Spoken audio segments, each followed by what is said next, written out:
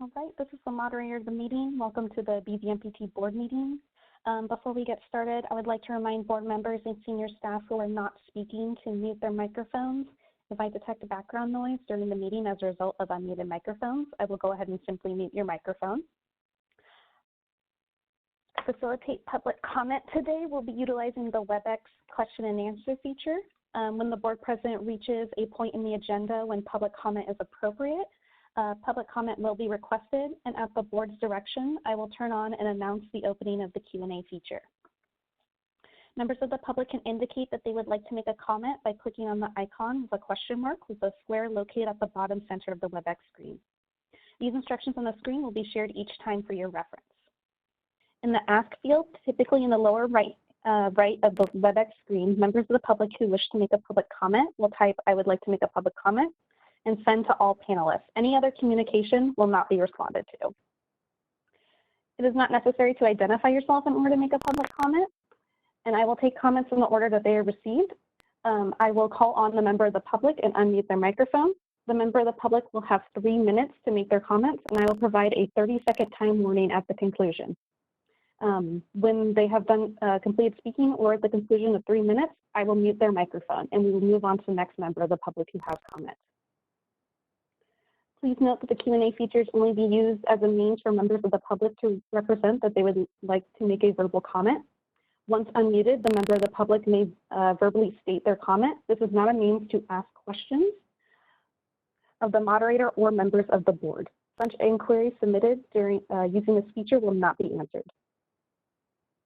If any attendees utilize any profane name, they will not be called upon to prevent members of the public from being subjected to profane language. While you are free to express criticism or negative views for the sake of the members of the participating public, participating in the call, please do not use profane language when making your public comments to the board. If you do not have a microphone on your computer, please click on the Communicate at the top of your screen. Then select Audio Connection, call-in audio connection. If you need further assistance on how to join, refer to the How to Join BCA Webex event guide provided with the board meeting link. And I will turn it over to the board president to begin the meeting.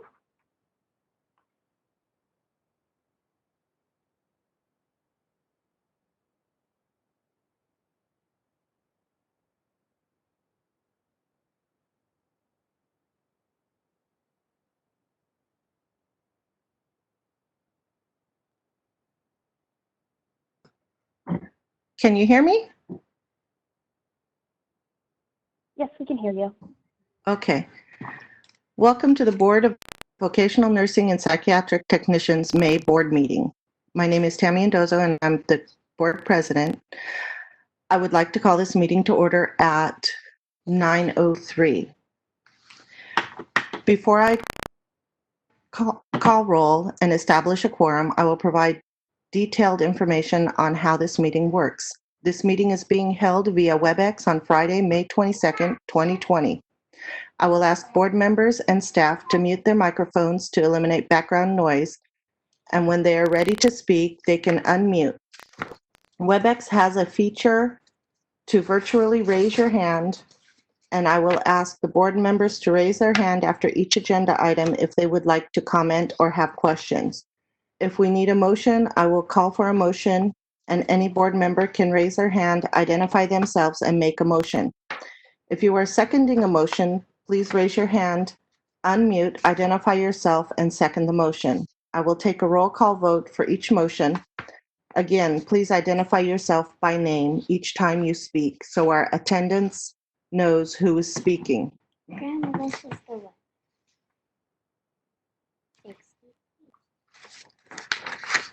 We are taking public comment on each agenda item. If you wish to provide public comment, click the Q&A button near the bottom center of your Webex session. This brings up the Q&A chat box to request time to speak. Make sure the Ask menu is set to all panelists and type, "I would like to make public comment." Attendee lines will be unmuted in the order the requests were received. and you will be allowed to present public comment. Please note your line will be muted at the end of allotted public comment duration, which is 3 minutes. You will be notified when you have 10 seconds remaining. Your name is not necessary, and please indicate how you would like us to identify you. For the sake of efficiency, the EO will respond directly to public comment or defer to the appropriate staff person or counsel. For each question directed to board members, I will either answer the question or direct it to the board member. I will now do an alphabetic roll call to establish quorum. I will ask each board member to respond here after I say their name and introduce themselves. Paula?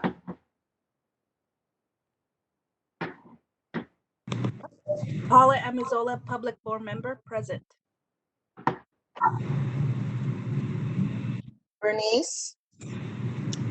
Bernice Basti Martinez, present, Public Board Member and Vice President. Alita? Alita Carpenter, Public Member. John? Good morning, John Deerking, Public Member, present. Ken?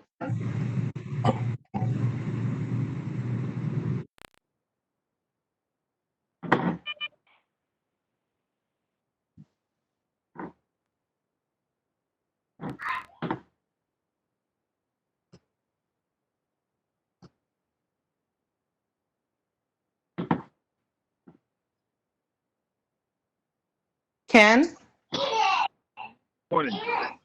Kenneth Maxey, Public Member. Good morning. Carol?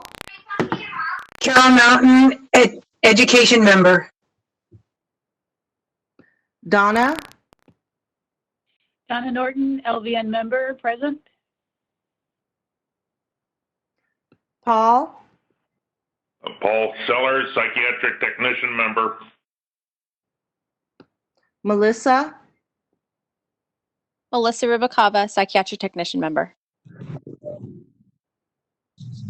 Cheryl? Good morning, Cheryl Turner, Public Member, present. Thank you. Based on the roll call, we have established a quorum.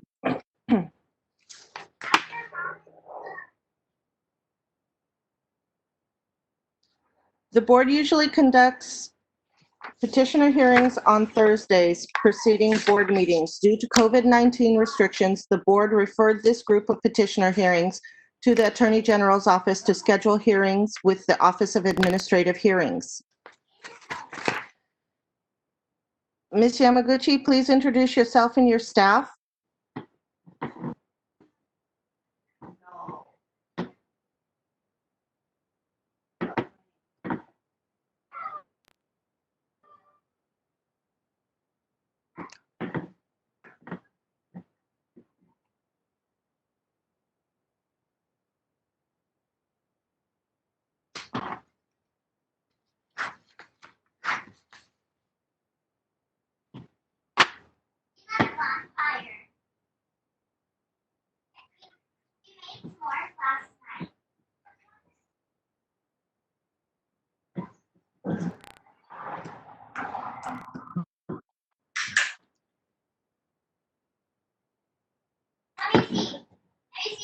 This is the moderator, Executive Officer Elaine. If you are currently speaking, unfortunately, it looks like you're muted.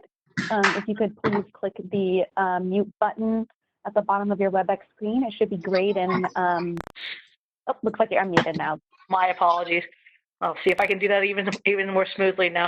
Elaine Yamaguchi, Executive Officer. Our staff here, Shelley Brown, our Licensing Manager, Vicky Saavedra, Budget Manager, Budget Analyst, Doris Piers, our Legislative Analyst, Candace Rainey, our Enforcement Chief, Nikki Lyman, our AEO, Amy Nguyen, our HR Analyst, Marie Cordiero, our SNEC, Jay Prouty, our District Manager, Jenny Penales, our Licensing Analyst, Helen Park, Enforcement Analyst, our very valiant NECs, Jessica Gomez, Margarita Valdez, Beth DeYoung, Cindy Fairchild, Faye Silverman, and Sue Clayworth. That is staff present today. Oh, and I beg your pardon, Rochelle Lee, our admin manager.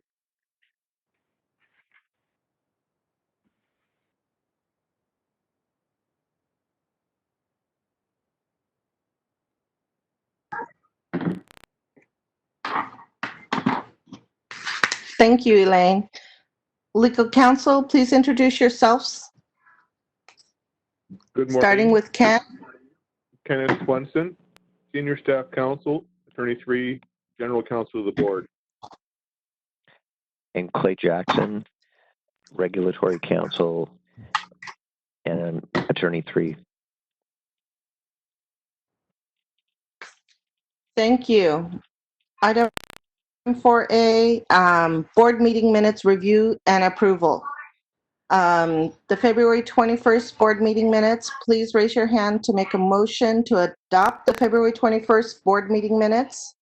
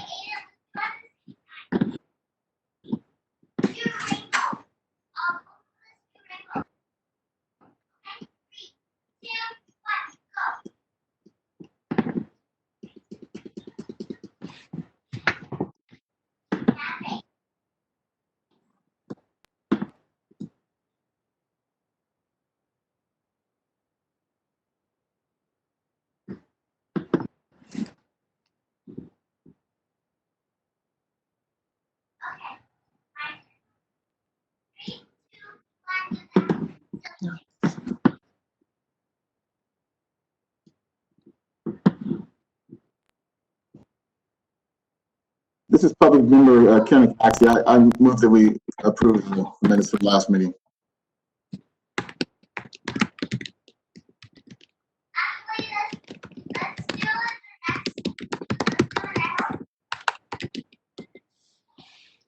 If we could have a... I second the motion. Madam President, Ken Swenson here. I wanted to make sure the motion is clear. The item we're on now is 4A, the meeting minutes from February 21st, 2020.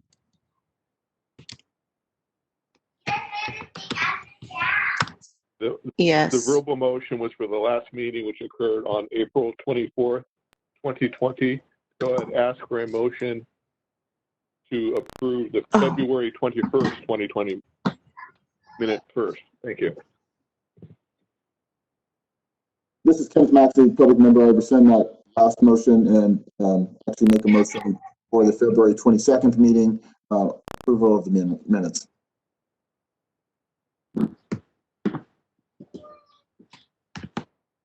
This is Paul Sellers. I second the motion. Thank you. Is there any public comment? Please raise your hand if there's any public comment. All right, this is the moderator. I will go ahead and open the Q&A feature now. All right, so the Q&A feature is open. If you would like to make a public comment, please click on the icon with the question mark with a square located at the bottom center of your Webex screen. We'll get the instructions for that up in just a second on the screen.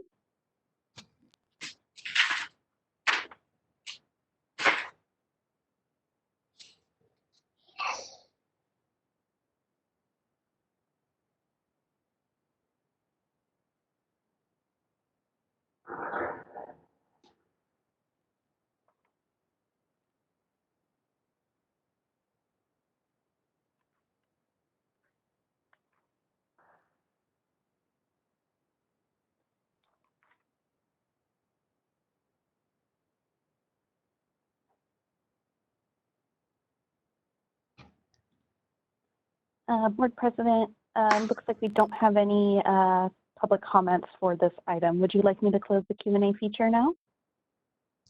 Yes, please. Okay. I will close the Q&A feature now. Please, Thank you. please raise your hand if there's any discussion by board members.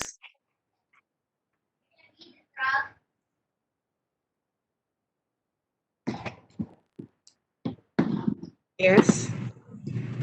Cheryl Turner. Yes, Cheryl? Oh, I have a correction.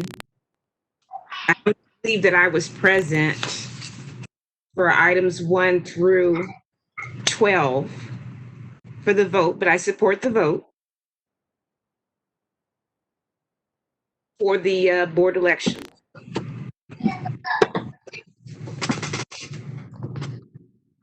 Okay.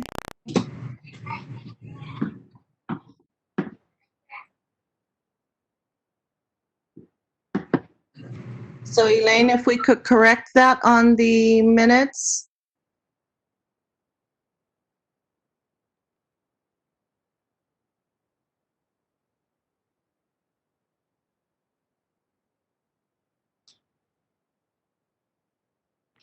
Thank you. We'll correct that.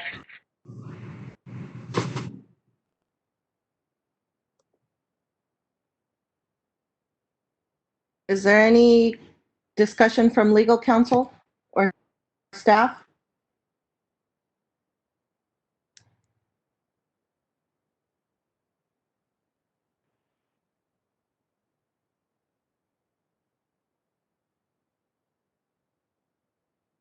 Seeing none, it's been moved and second to adopt the February 21st, 2020 meeting minutes.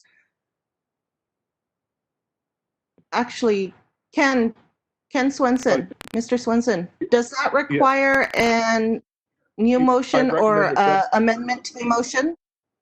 Thank you, Madam President. I recommend a substitute motion to approve the minutes of the February 21st, 2020 board meeting as corrected.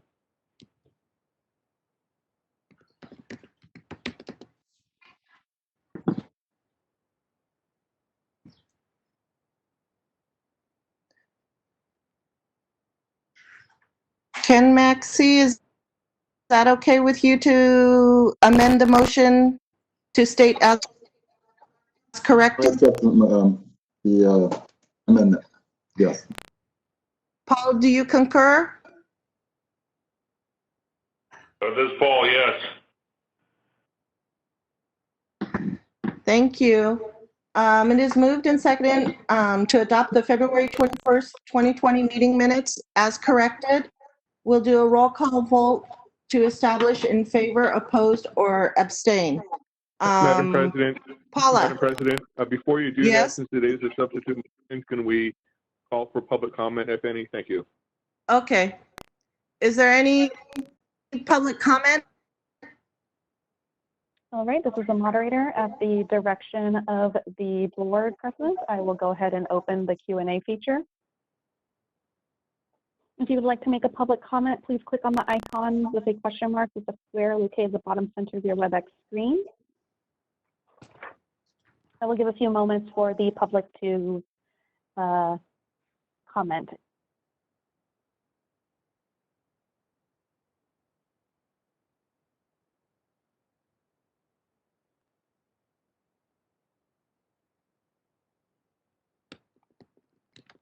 All right, it looks like we don't have any public comments. Board President, would you like me to close the Q&A feature?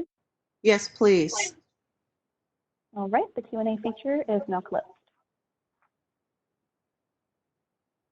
Any further discussion needed by the board? If there is, please raise your hand.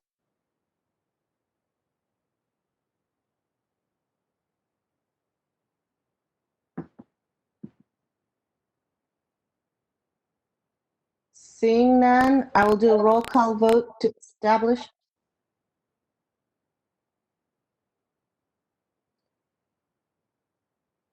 Who is in favor, opposed, or abstain? Paula? I will abstain because I was not present. Bernice,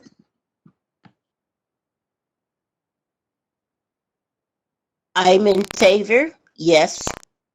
Alita, Yes. John, John Deerking, yes, in favor. Ken, Kenneth Maxey, in favor. Thank you. Carol, Yes. Donna,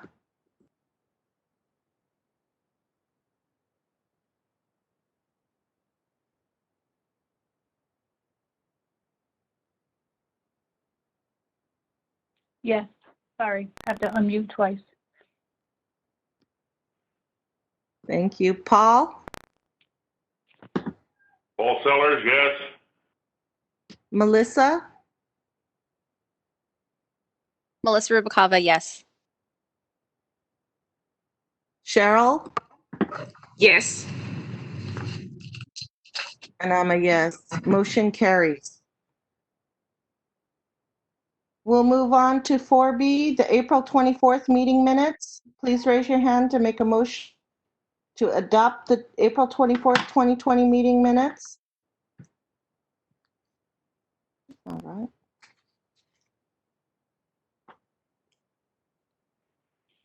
This is Donna. I'll move that we adopt the April 24th board meeting minutes. This is Paula at Missoula. I second that.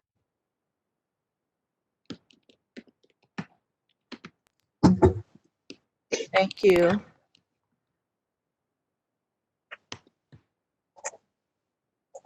Is there any public comment? All right, I will open the Q&A feature now. And just a quick reminder to the panelists, if you could please mute your microphone, especially if you have children in the background. That way we don't get the background noise. Thank you. The Q&A feature is now open if any members of the public would like to indicate that they would like to make a public comment. I will pause for a moment to give the members of the public time to submit a comment.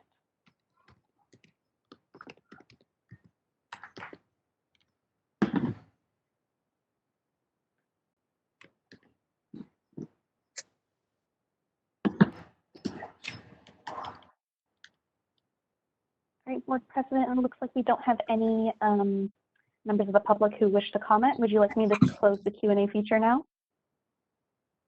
Yes, please. All right, the Q&A feature is now closed. Please raise your hand if there's any discussion by the board members.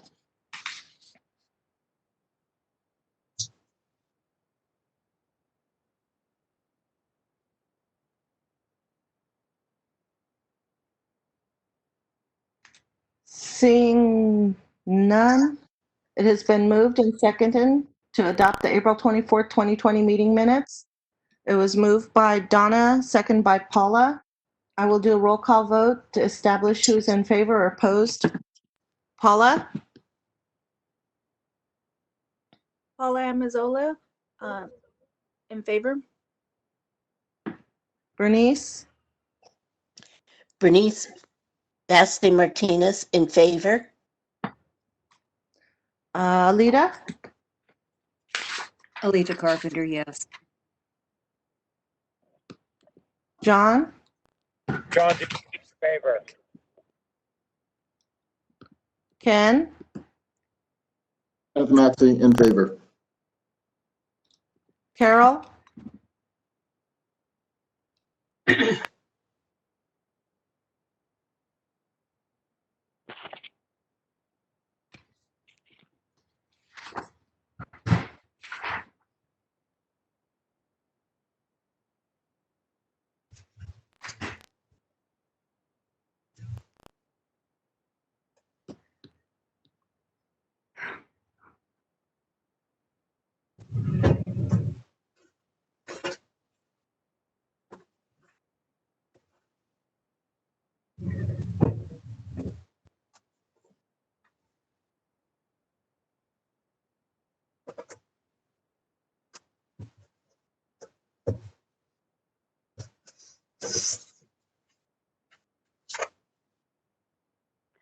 is the moderator real quick. Seems board member Mountain has some noise coming from her microphone, but I don't hear her. Yeah, I don't.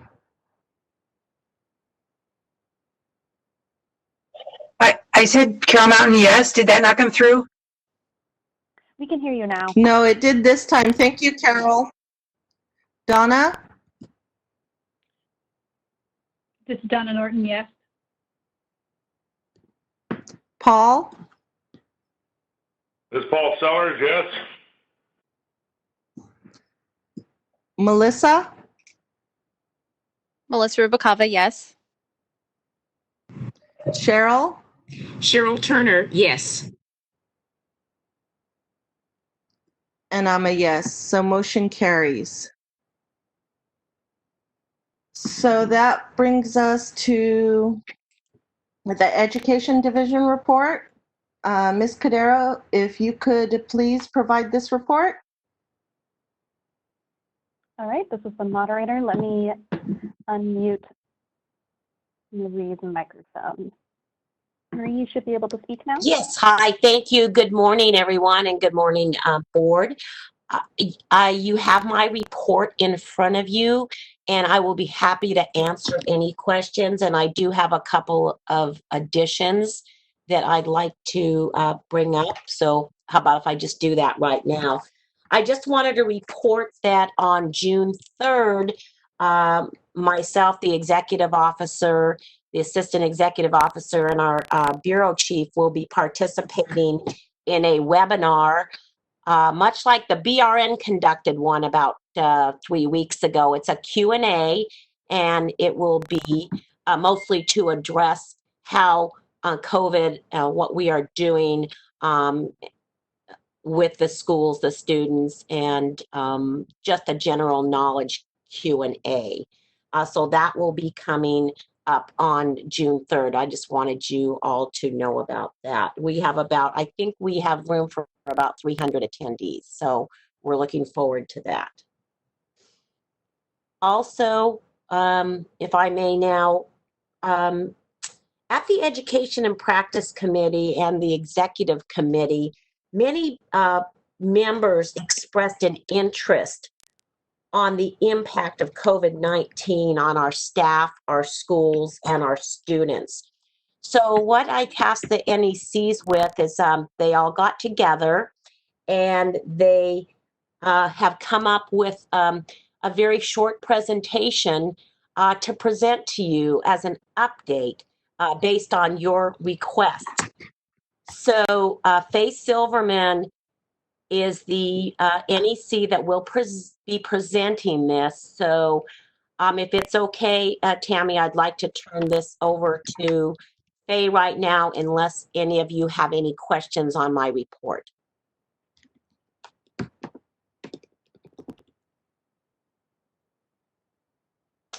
I don't see any hands raised, but okay.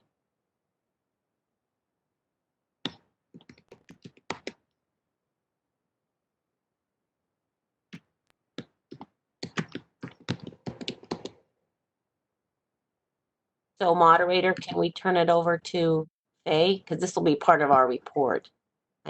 Yes, I will go ahead and unmute Faye's microphone.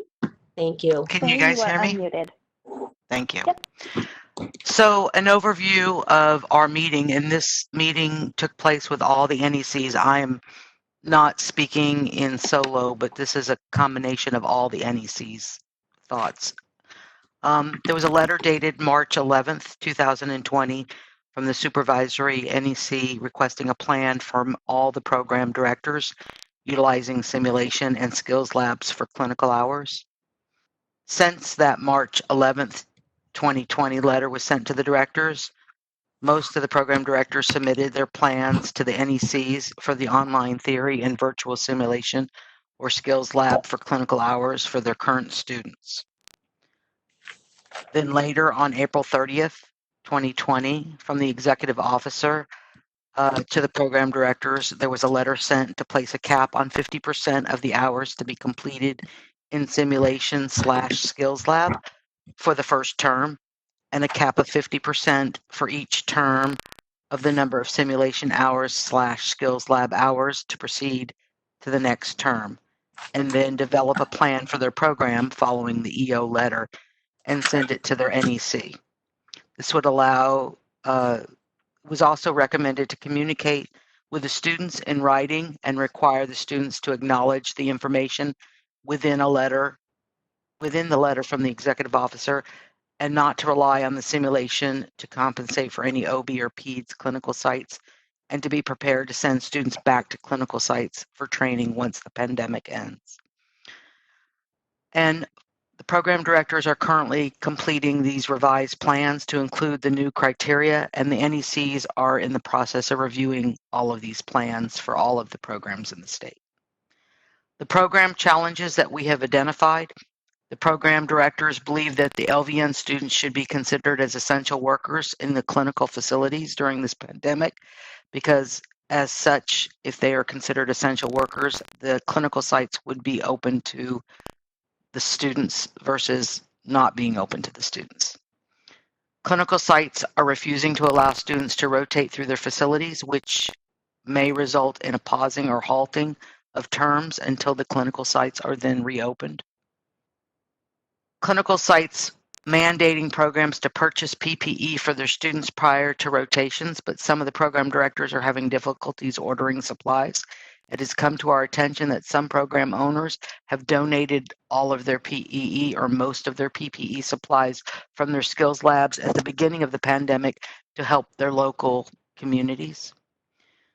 Difficulties with transitioning from online format due to the lack of computer skills or the lack of access of home computers or insufficient internet or bandwidth has been identified. Concerns related to the student engagement participation with online education. In addition, lack of training and support with online instructors for the program instructors. And lastly, for this category, concerns with maintaining online test integrity. Some of the student concerns that have been identified is a small number of students are contacting the board and the program directors expressing their concerns of rotating through clinical sites due to fear of COVID-19. Lack of consistent communication from the program directors regarding the COVID-19 pandemic plans. Concerns with the delays with completing their programs and financial obligations. Concerns if they will be eligible to sit and pass the Nclex PN licensure examination. Concerns if they are receiving adequate VN training and to be a safe, competent entry-level nurse. Household disruptions with childcare, family, work obligations while trying to complete online program requirements. And dissatisfaction with the online learning environment in lieu of a classroom education. The next category is the NEC's challenges. Since COVID-19 pandemic began, approximately 80% of our work hours are spent analyzing and approving simulation plans for our programs and addressing individual program concerns regarding all the changes that have taken place. Consulting with program directors to review and revise COVID-19 pandemic plans to be in compliance with the executive officer's guidelines. Increased time spent for the NECs to complete tasks due to computer issues with state VPN login and permanent laptop/hard drive failures.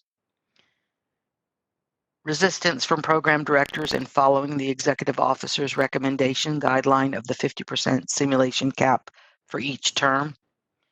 Responding to an increased number of communications via telephone calls, emails, and/or online meetings.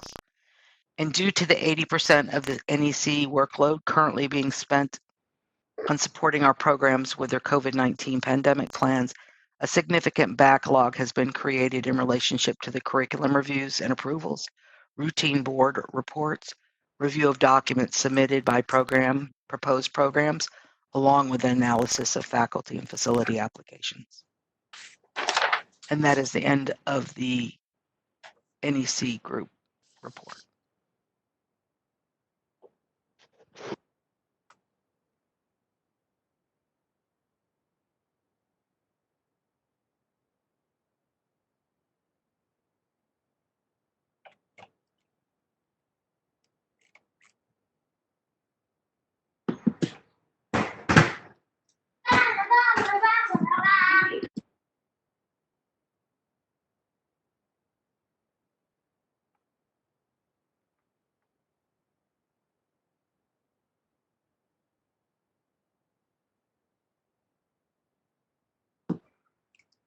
Thank you. Thank you, Marie. Board members, please raise your hands if you have any questions or comments for the Education Division report.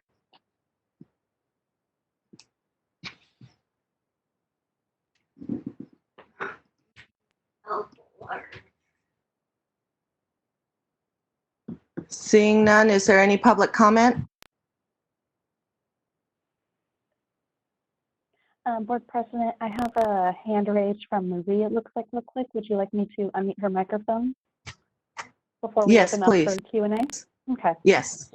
Marie, you are unmuted. Thank you very much. Thank you, Faye, for that. And I would like to, if the board wouldn't just bear with me for about 3 minutes, I promise, and then won't speak the rest of the meeting. But I'd like to just say a few words about what has been going on here and just the caliber of people. And I'd like to give a thank you and a shout out to our executive officer, Elaine Yamaguchi, and our assistant executive officer, Vicki Lyman. Since this pandemic started, we are working in a very, very skeletal crew here. But two things that these ladies have done. One, Elaine, it was her brainchild. She started a food bank here at just for the BVNPT.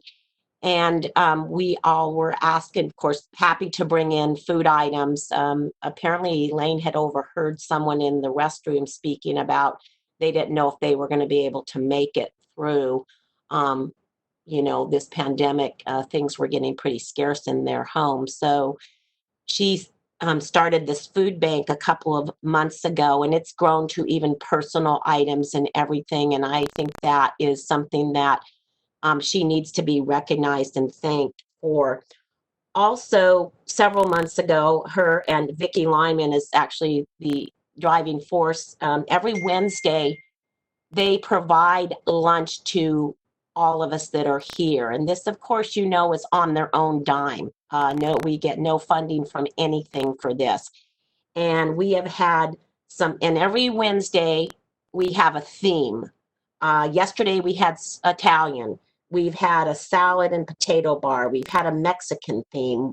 We've had comfort food. My favorite one was the school lunch, complete with the brown paper bag, peanut butter and jelly sandwiches, and bologna and cheese sandwiches. So I know sometimes we're so mired into things that are not positive, but I just wanted to share that with you. So these are the type of, these two ladies are very humble and they would never share this with you, but I just wanted the board to know that really just what they're doing here to really help us and make things bearable for the staff. So I appreciate it, and I wanted you all to know that. Thank you very much.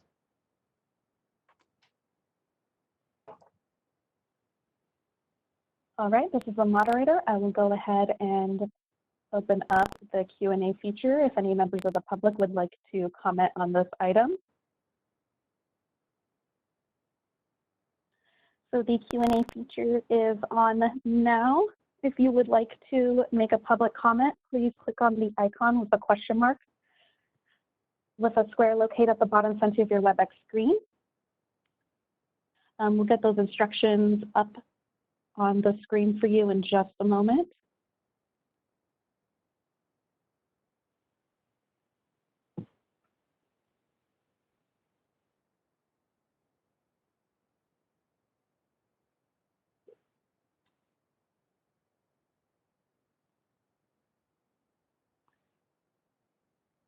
All right, and I will pause a moment to give the public time to access the Q&A panel and submit their request.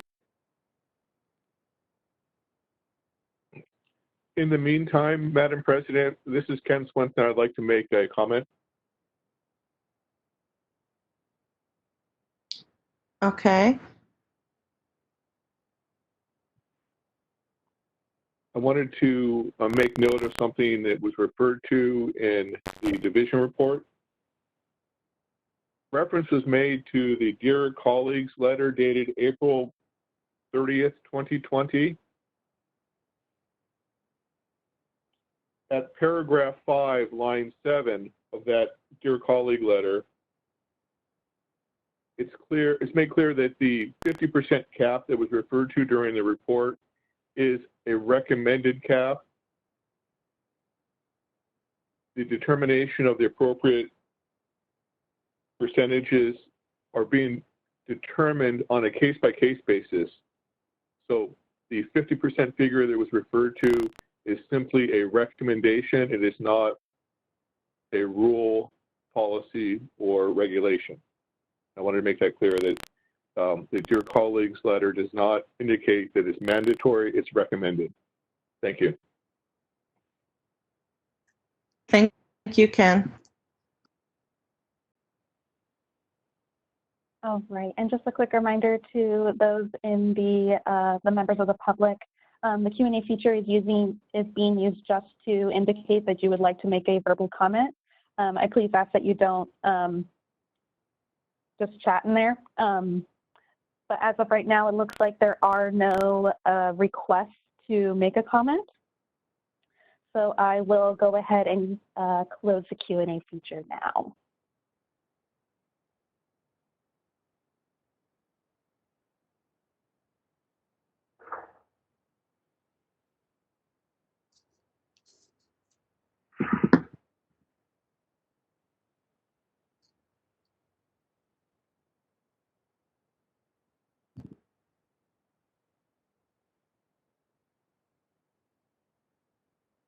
Thank you. That brings us to the Education and Practice Committee report. Ms. Mountain, would you please give us this report? Yes, this is Carol Mountain, and we did not have any recommendations from our committee, but I wanted to just take a minute to make a couple of comments about NCSBN, which is the National Council of State Boards of Nursing. I know there's been some concern about what's happening with the Nclex PN, and I just wanted to give a brief update of that since some board members were having some questions about it. NCSBN did reduce the number of test questions from 265 to 130. That will be in place until July 4, 2020. They also reduced the length of the test from 6 hours to 4 hours so that they could continue to test an adequate number of people.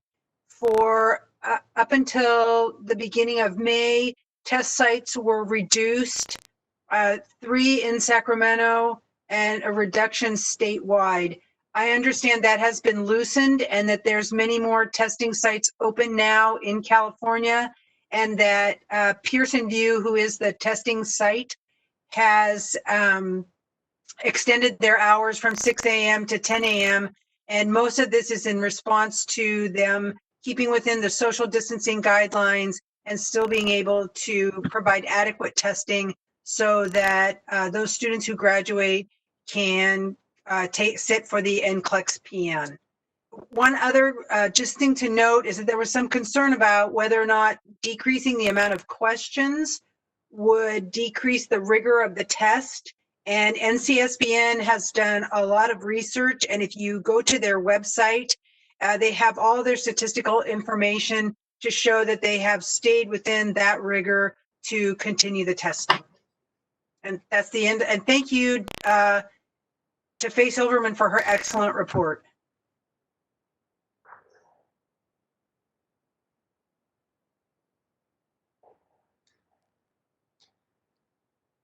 Thank you, Carol. Since there were no recommendations from the committee, board members, please raise your hands if you have any questions or comments on the Education Committee report.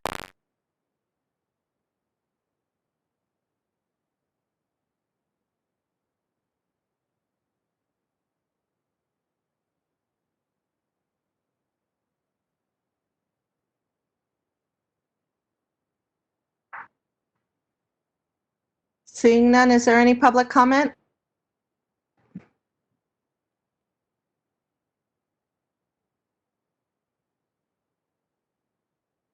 All right, at the request of the board president, I will open up the Q&A feature now.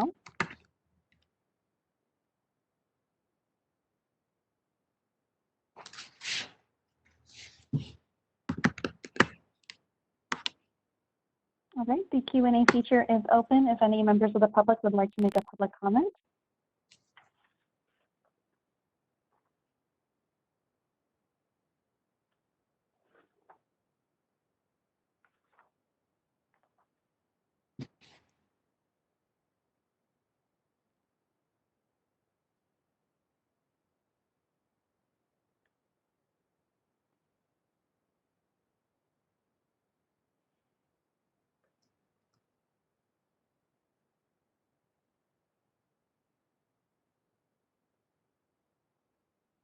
All right, Board President, looks like we don't have any requests for public comment. Would you like me to close the Q&A feature now?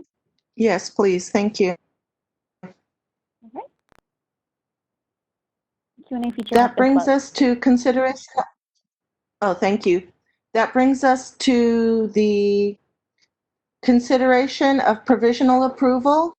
We'll start with 5C1, which is Galvin College Vocational Nursing Program. Ms. Gomez, thank you for the report and the recommendation. Do any board members have any questions? Yes. Cheryl? Cheryl Turner, yes. Okay, so I see the date of the reports, May 10th, 2020.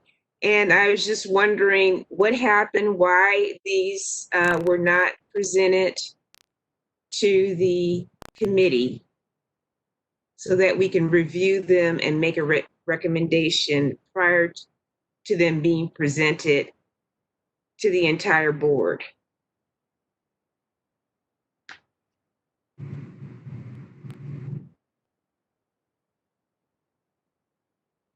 That's my question.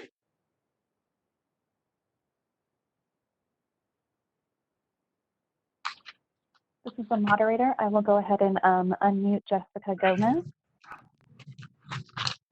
Jessica Gomez, you are unmuted. It was my understanding that all of the reports had gone to the board members on May 10th.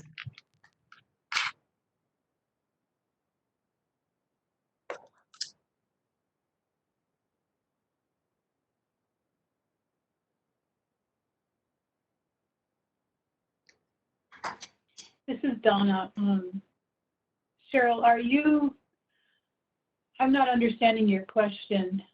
Are you asking why it didn't go to the Education and Practice Committee for review? Yeah, maybe I'm misunderstanding our role, but I thought that these come to us.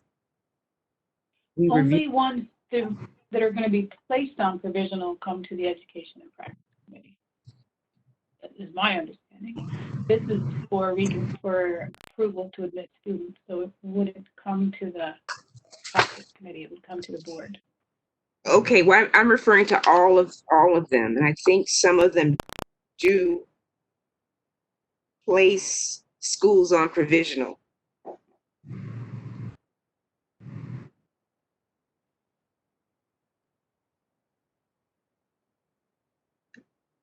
This one is to remove a program from provisional. Well, I'm talking to them I'm referring to them as a group, not just a particular one. Yeah. Marie, do you have an answer to Cheryl's question?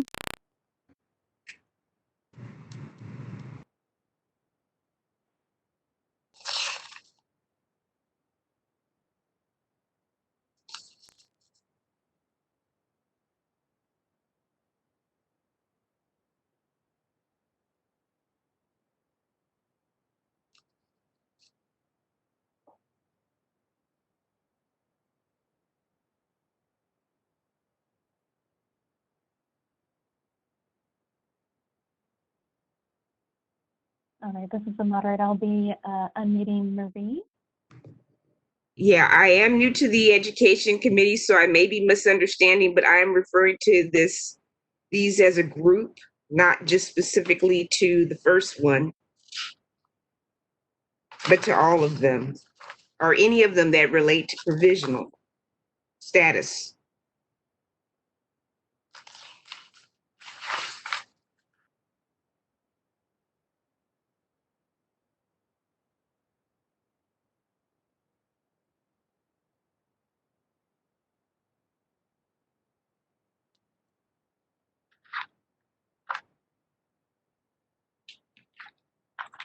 Board President, I see that Faye Silverman has her hand raised. Would you like me to unmute her?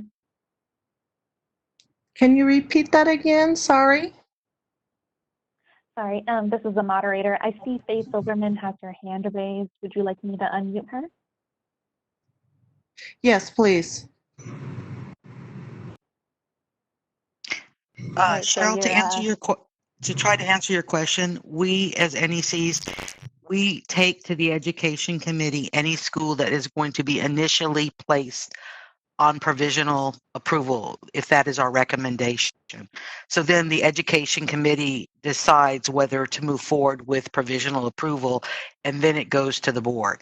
If we are removing provisional approval or extending provisional approval or requesting class for a school that is on provisional approval, that goes straight to the board. It does not go back to the education committee. The only reports that we take to the education committee as of now are the ones that we are recommending to initially go on provisional approval.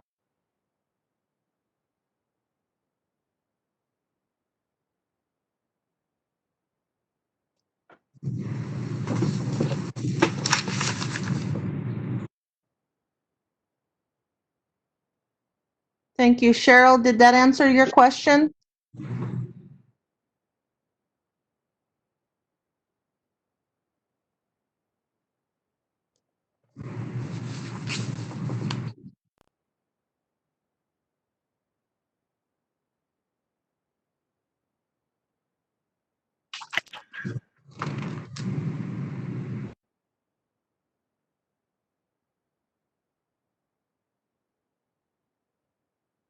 this is the moderator.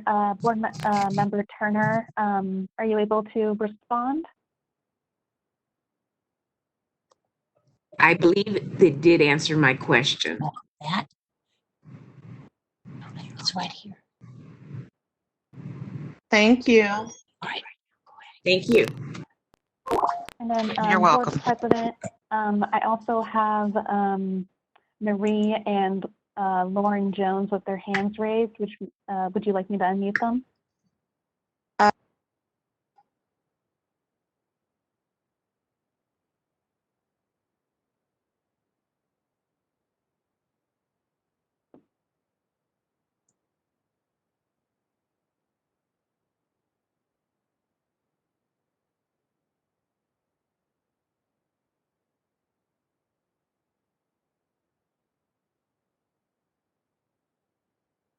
Just a quick reminder to attendees, if you have your hand raised and you don't need it raised anymore, can you please unraise your hand as to not cause confusion? Thank you.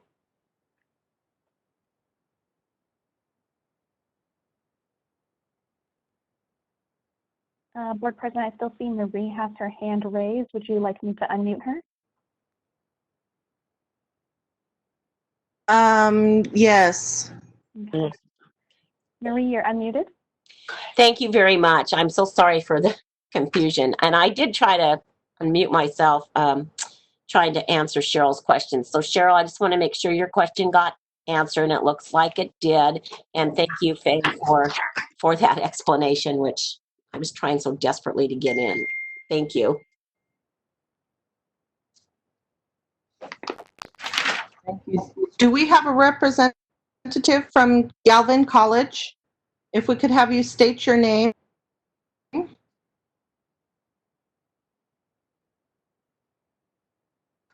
And whether or not you agree with the recommendations. This is the moderator. I will go ahead and unmute Susan Turner.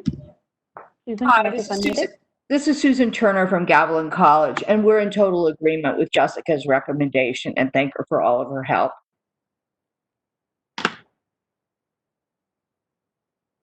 Thank you. Do any board members have any question? If you do, please raise your hand.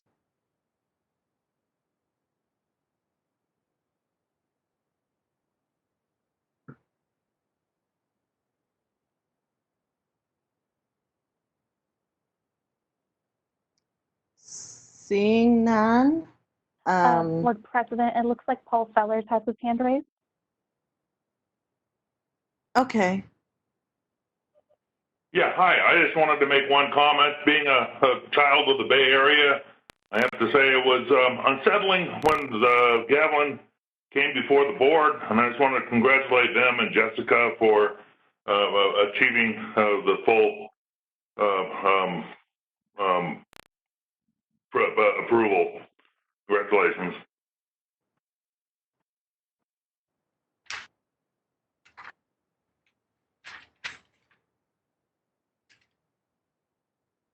Thank you. If we can have a motion,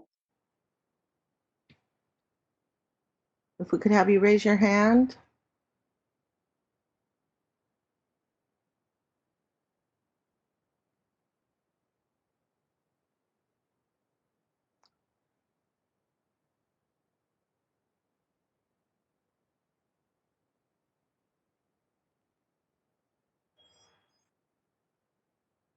This is Donna. I'll make the motion to approve the NEC's report. This is Cheryl Turner. I second it. Madam President, the recommended form of the motion would be to approve the report and adopt the recommendations. Thank you.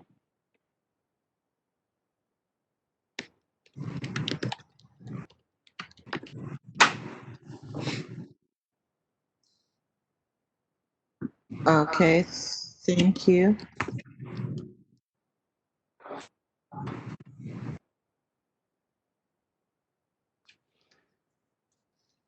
Donna, do you agree with that?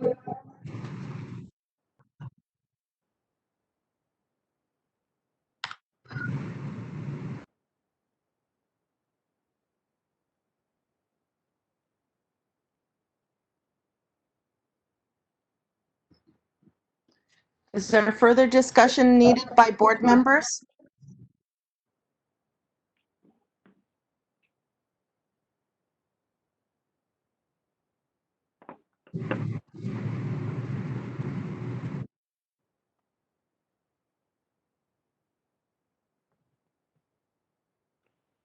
Madam President, Ken Swenson here. I would recommend that we restate the motion as recommended.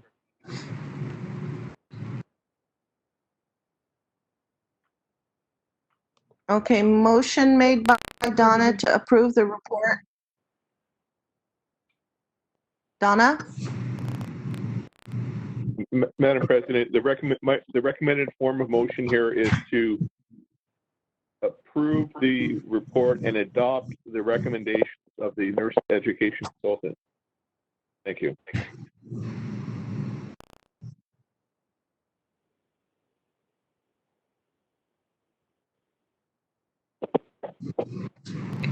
This is Cheryl Turner. I'm ready to second it unless or I can make it if Donna can't. I can make this is Donna. I can make the motion, but I think Ken was just asking Tammy to restate the motion. So the motion is to accept the recommendation to approve the report and approve the recommendations, or however it was that Ken said it, since he seems insistent on his language. This is Cheryl Turner. I second the motion to approve the report and adopt the NEC's recommendations. Thank you. There's a motion and a second. Do board members have any further questions or comments or discussion needed?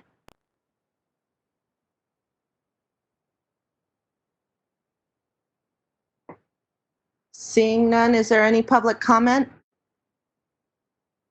This is the moderator. I will go ahead and open up the Q&A feature for public comment.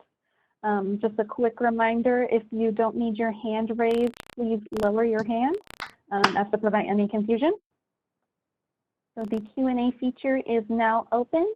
If you would like to make a public comment, you can click on the Q&A icon at the bottom of your screen and type "I would like to make a comment" in the ask field of the lower right of your screen, and click enter or click send to all panelists. I'll pause for a moment to give the public a bit of time to respond to the Q&A.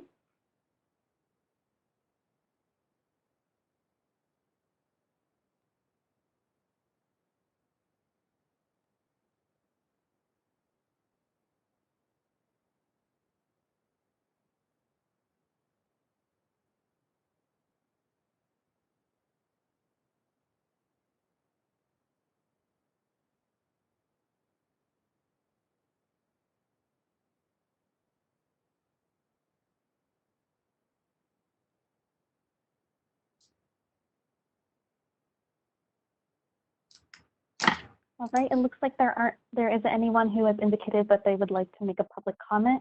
Board President, would you like me to close the Q&A feature? Yes.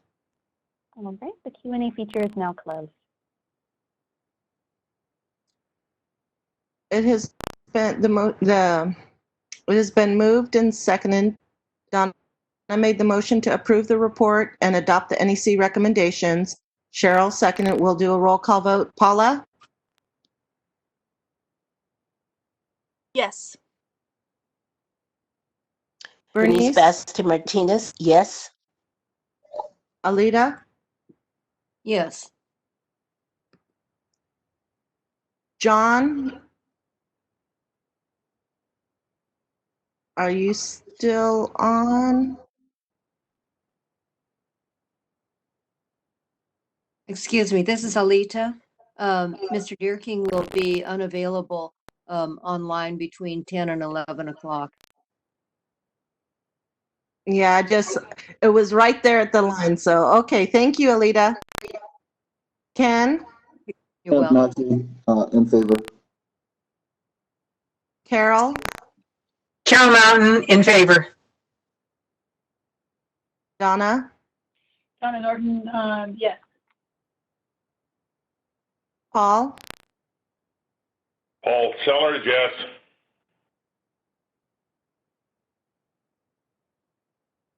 Melissa? Melissa Rubacava, yes. Cheryl? Cheryl Turner, yes. And I'm a yes. Motion carries.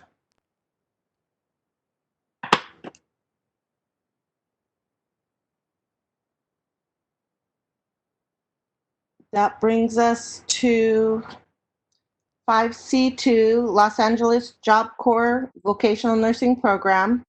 Thank you, Ms. Fairchild. We've got the report and the recommendation. Do board members have any questions for the NEC? If you do, please raise your hand. And if there's a representative from the Los Angeles Job Corps Vocational Nursing Program. This is the moderator. I have unmuted Cindy Fairchild. And we will be unmuting Lauren Jones. Thank you.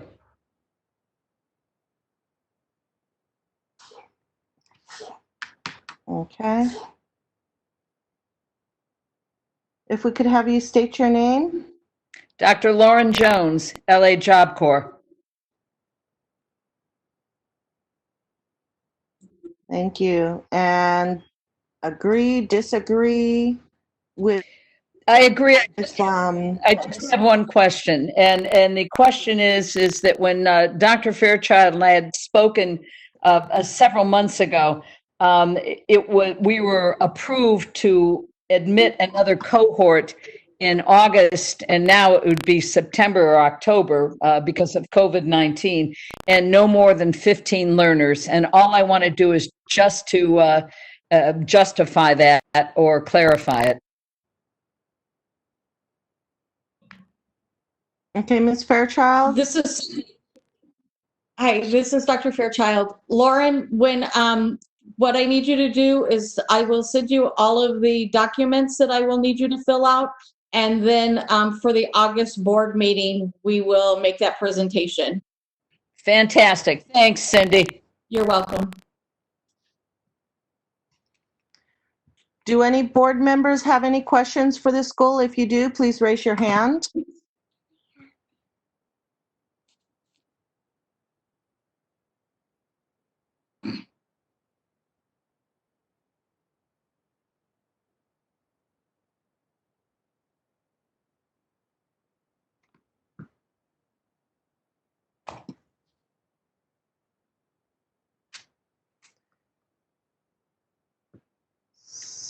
Seeing none,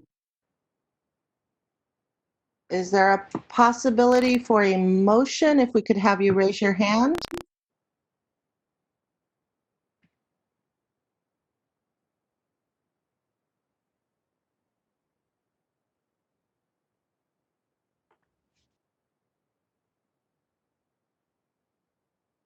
Alita Carpenter, I move to accept the report and the NEC's recommendations. This is Carol Mountain. I second that.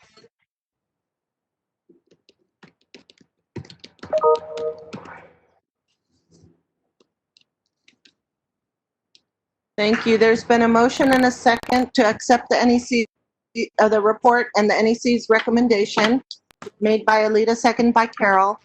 Is there further discussion needed by board members? If there is, please raise your hand.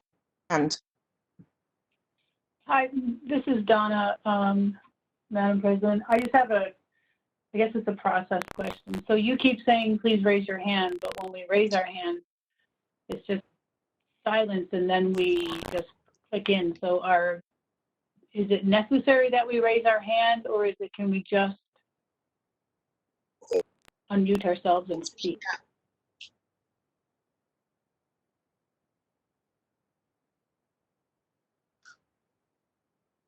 And the reason I asked That's a good question. When you asked for people to raise their hands, there were 3 hands up and then Alita just spoke. So I'm thinking that we can just speak. Donna, this is I'm not Alita. sure you can see the hands raised. On the other screen, when we practiced and did the run through, I could, but the way the screen is today, I can't necessarily see the hands. I can see the microphones muted and unmuted. For the moderator, is that fine? This is the moderator. If you'd like, I can let you know when I see hands raised from the board members. Additionally, you can also toggle your screen. There is an icon. It should be at the top that gives you 3 options. If you do the video strip view and open the participants panel, it should show you the hands being raised.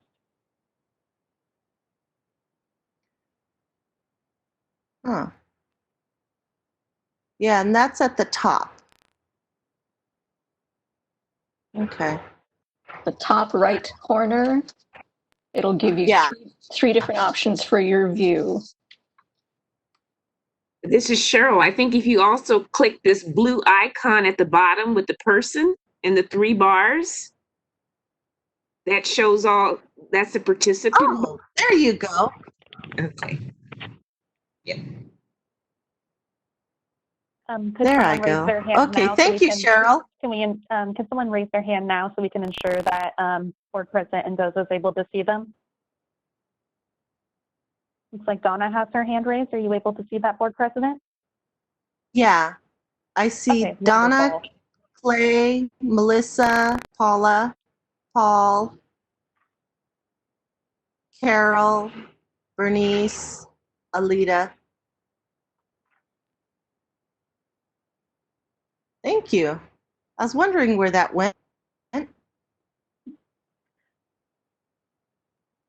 Would you like to go back to the motion? Yes, there's a motion and a second. Alita made the motion to accept the NEC's report and recommendation. Carol seconded. Is there any discussion needed by board members?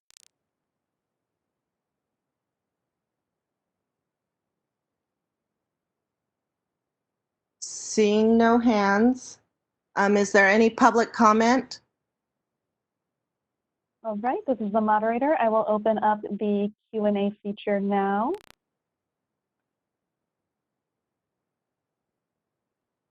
All right, the Q&A feature is open. If you would like to make a public comment, please click on the icon with the question mark with the square located at the bottom of your Webex screen. The instructions are also on the screen right now. And ask Phil if you could please type, I would like to make a comment, if you would like to make a comment on this agenda item. And I will pause for a moment to give the public time to access the Q&A panel and submit their request.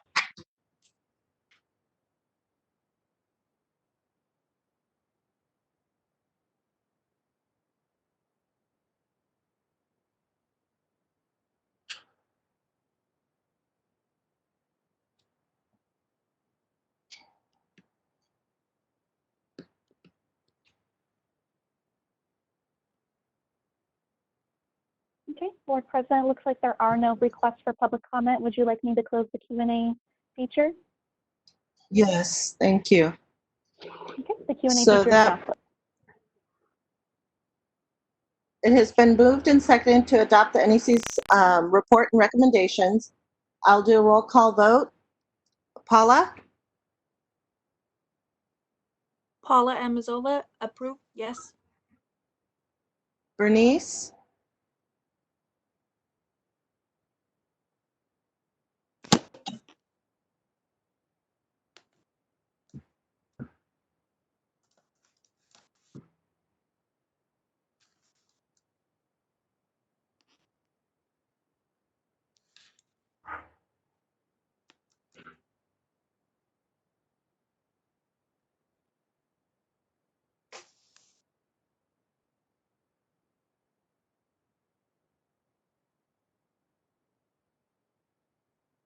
Bernice, I saw that you tried to speak, but I didn't hear anything. Yes, this is Bernice Basti Martinez in favor of the motion. Thank you. Alita? Alita Carpenter, yes.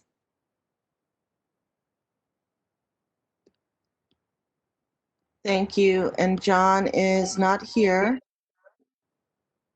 Ken? Yes. Carol? Carol Mountain, yes. Donna? Donna Norton, yes. Paul? Paul Sellers, yes. Melissa? Melissa Rubacava, yes. Cheryl? Cheryl Turner, yes. And I'm a yes. Motion carries. So that'll bring us to 5D, request to admit students by programs on provisional approval. 5D1, Angeles Institute Vocational Nursing Program. Ms. Fairchild, we've received the report and recommendation. Do board members have any questions for the NEC? This is the moderator. I'll go ahead and unmute Cindy Fairchild.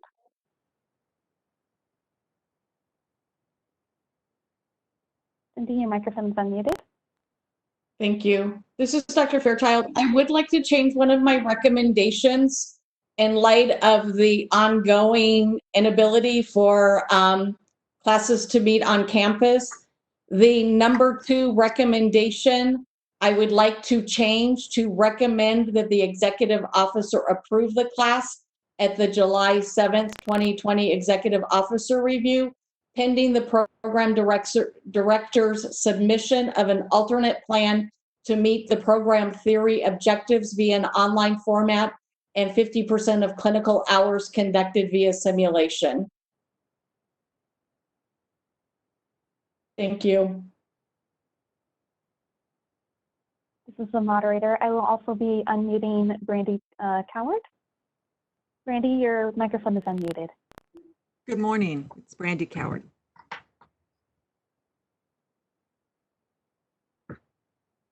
I agree with Dr. Fairchild's updated recommendation.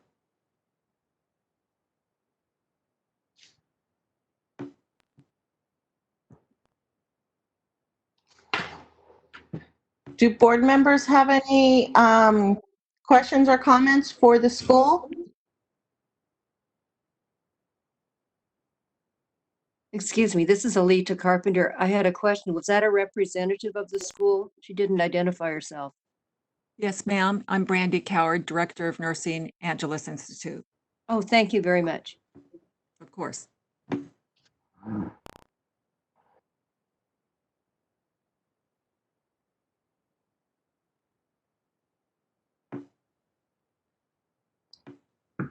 Any other questions or comments for the school representative or the NEC?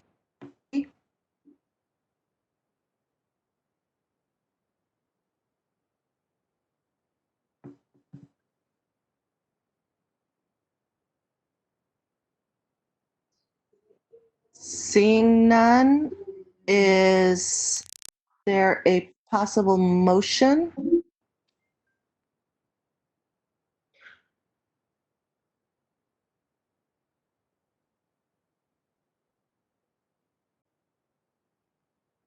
This is Carol Mountain. I move to accept the report of the NEC and recommendations.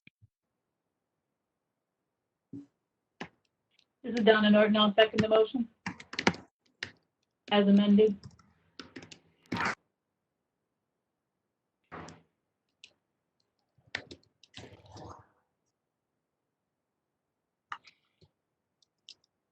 So there's a motion and a second to accept the report and the NEC's recommendations as amended.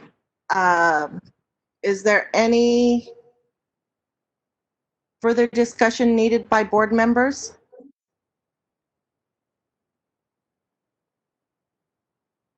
Seeing no hands, is there any public comment?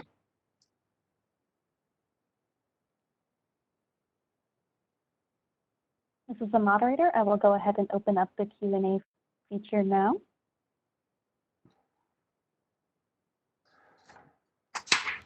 All right, the Q&A feature is now open. If you would like to make a public comment, please click on the icon with a question mark with a square located at the bottom center of your Webex screen.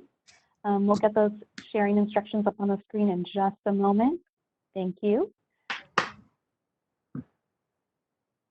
And I will go ahead and pause a moment to give the public time to access the Q&A panel and submit their requests.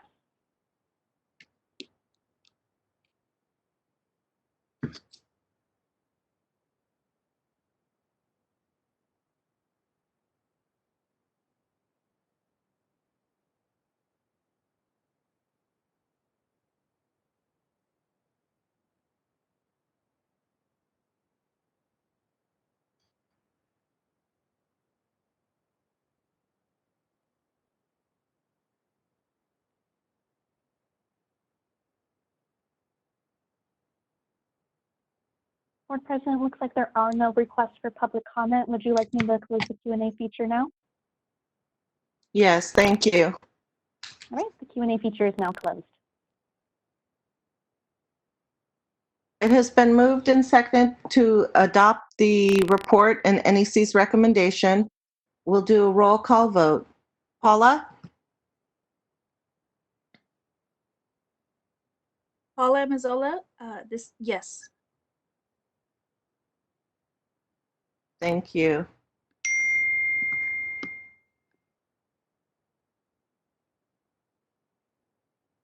Bernice? Bernice Basta Martinez, yes, adopt. Alita? Alita Carpenter, yes.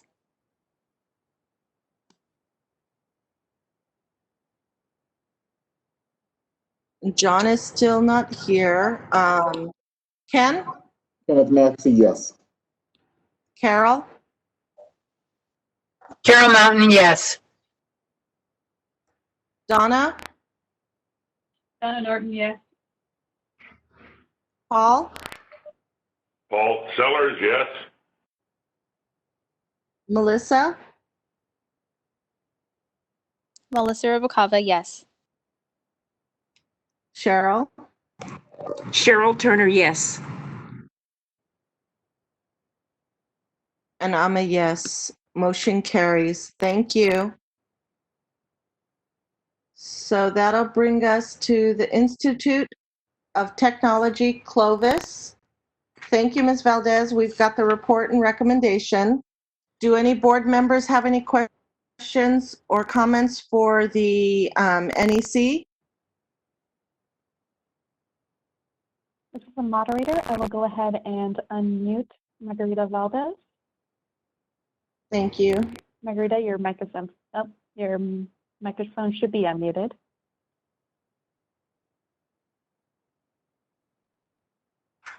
Seeing no hands raised, do we have a representative from the Institute of Technology, Clovis? If we do, please state your name and whether you agree or not, or any comments.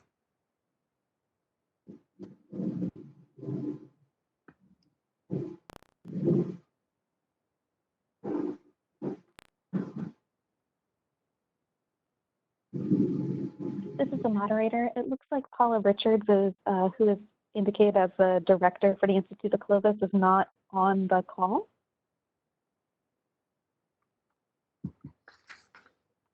Okay. This is Donna. Also, I don't know that it matters, but what's showing on the screen right now is Angela's Institute. It's not the Clovis.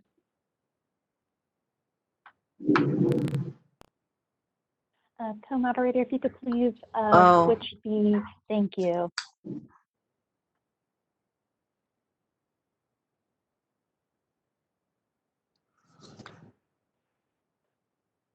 Madam Chair, Ken Swenson here. In the absence of a representative, the matter may proceed without the representative. Okay, thank you. Is there a motion?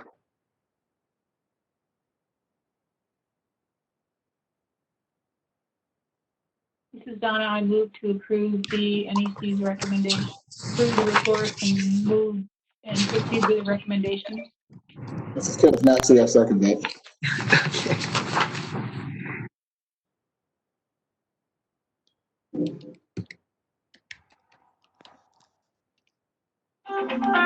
Thank you.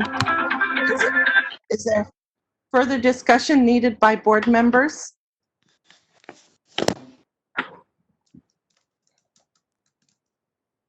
Seeing none, we'll do, it's been moved and seconded. Oh, any public comment? Sorry.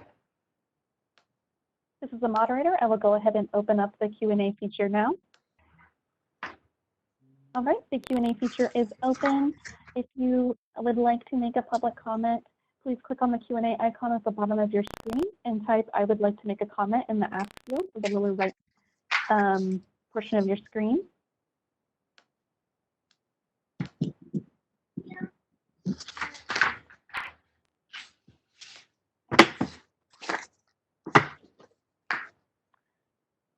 Okay, it looks like we, I do have some comments from Ron Gardner, who indicates that he has.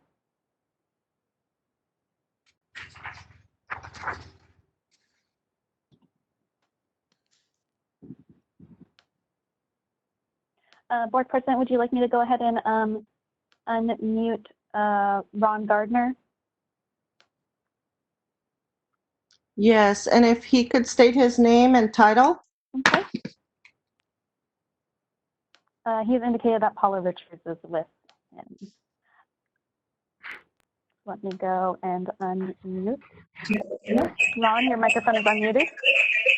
Good morning. This is Ron Gardner, the campus president of the Institute of Technology. I am here with Paula Richards. Hi, Paula Richards, Director of Nursing, Institute of Technology, Clovis. We were trying to get on. Unfortunately, we couldn't unmute ourselves to speak up, but we accept the NEC's recommendation. Okay, thank you. Okay.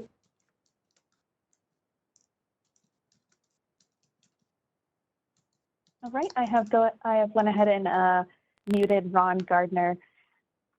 And then Ron, if you could please unraise your hand as to not to cause confusion.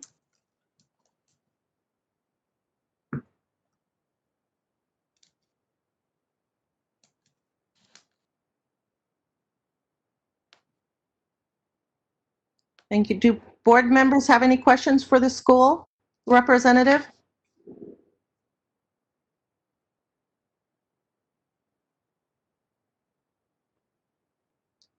Seeing none.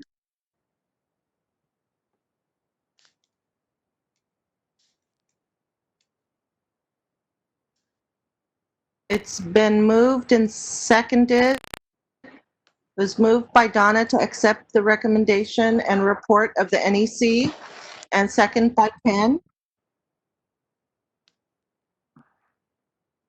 And we will do a roll call vote. Paula? This is Paula and Missoula. I'm a yes. Bernice?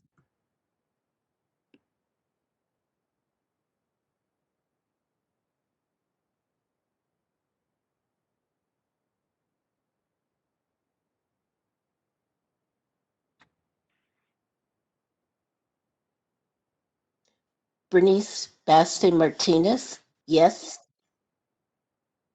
Alita? Alita Carpenter, yes. Ken? Kenneth Maxey, yes.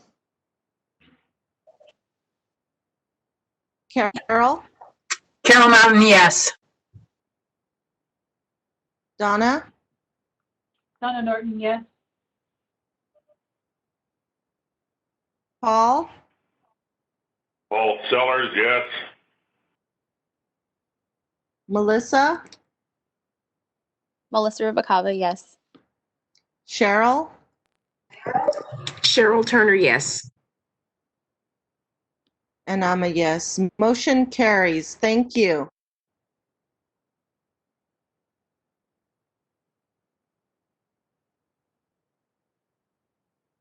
That brings us to the Institute of Technology Modesto Vocational Nursing Program. Thank you, Ms. Valdez. We got your report and recommendation. Do board members have any questions for the NEC? Ron and Margarita, your mics have been unmuted.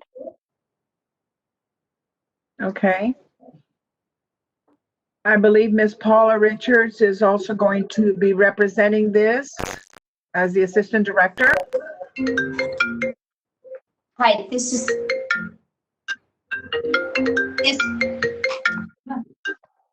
am I unmuted? Yes. Can they hear me?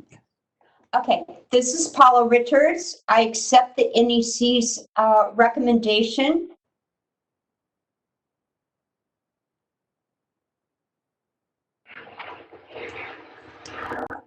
Do board members have any question for the school representative?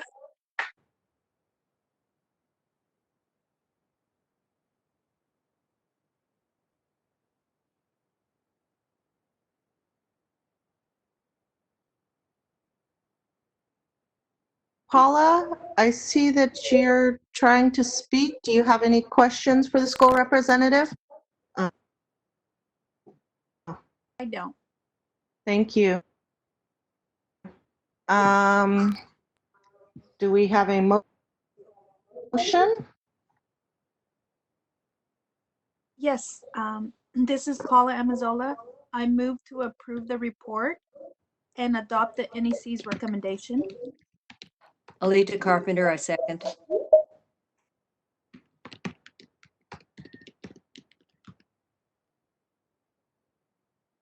Thank you.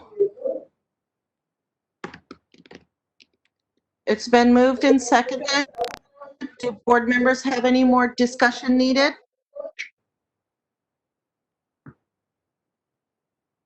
Bernice, you have your hand raised.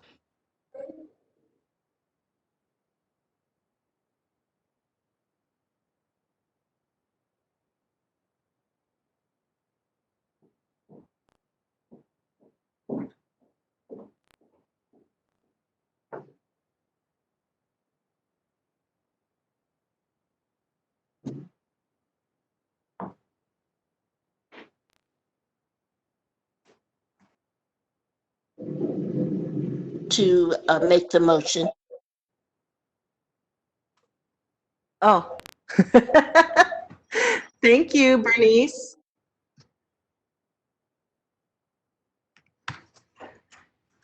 Is there any public comment? This is Paula. Sorry, go ahead. Margarita Valdez, our NEC, for all of the support and everything that she, and guidance that she has provided us, especially during this time. And as this is her last board meeting, we, as a school, would like to thank her very much.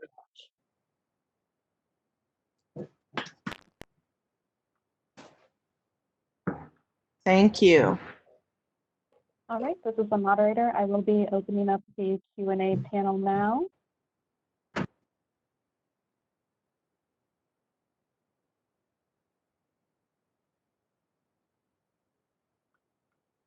All right, so the Q&A feature is now open. You can access that by clicking the Q&A icon at the bottom of your screen and typing, "I would like to make a public comment" in the ask field at the lower right hand of your screen and click enter or send to all panelists.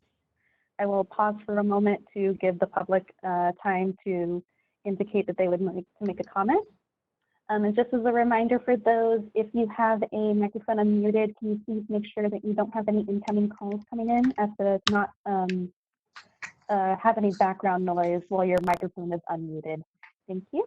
And another quick reminder, please only use the Q&A feature to indicate that you would like to make a public comment.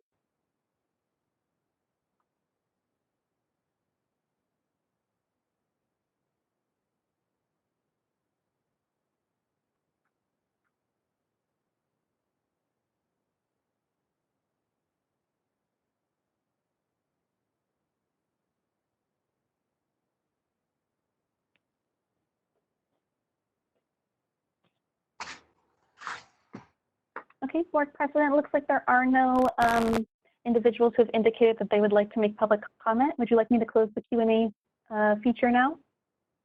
Yes, please. All right, the Q&A feature is now closed.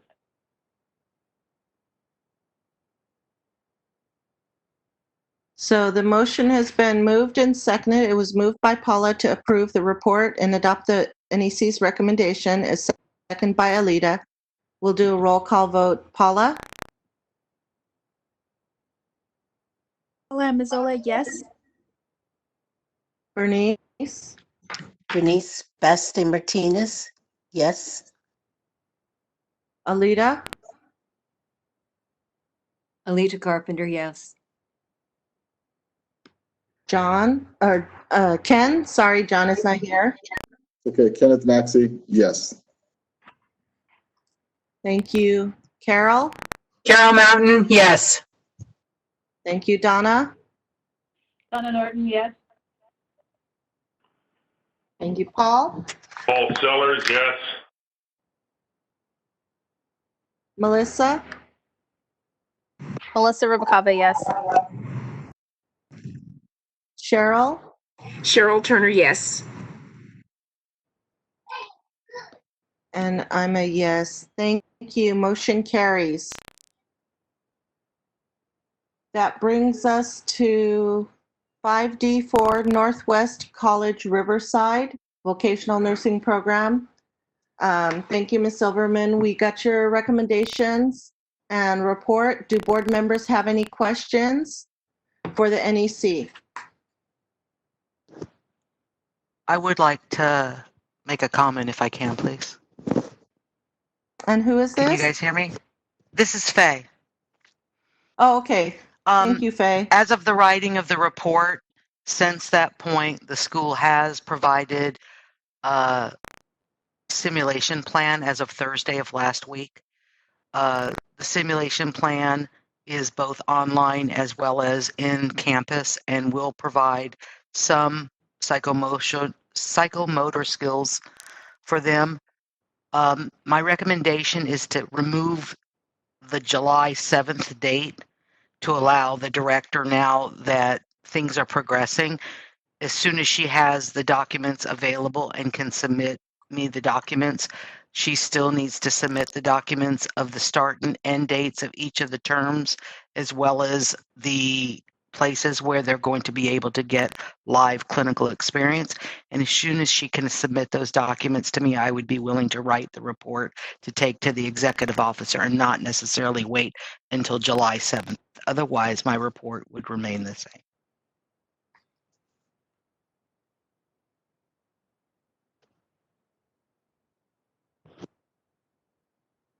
This is the moderator. I will also be unmuting Catherine Cycle. I apologize if I mispronounced your last name. You were unmuted. Hi, yes, this is Dr. Catherine Silke. I'm the Director of Nursing for the GCC program. And yes, I will certainly agree with the NEC's report and recommendation.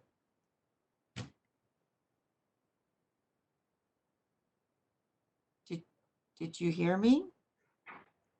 Yes. Do board members have any questions for the representative from the school?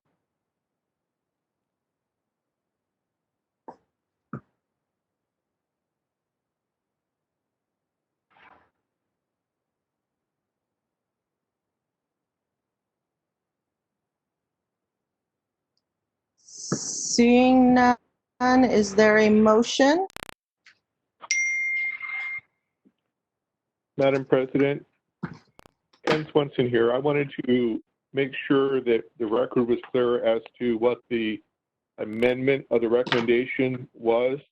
It's my understanding that bullet point number 2 would be revised to remove the clause at the July 7th, 2020 executive officer review.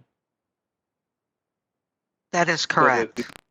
So the revised recommendation would be recommend that the executive officer approve the class if the current classes have been returned to the physical campus for theory and all clinical sites for clinical experiences. Is that correct?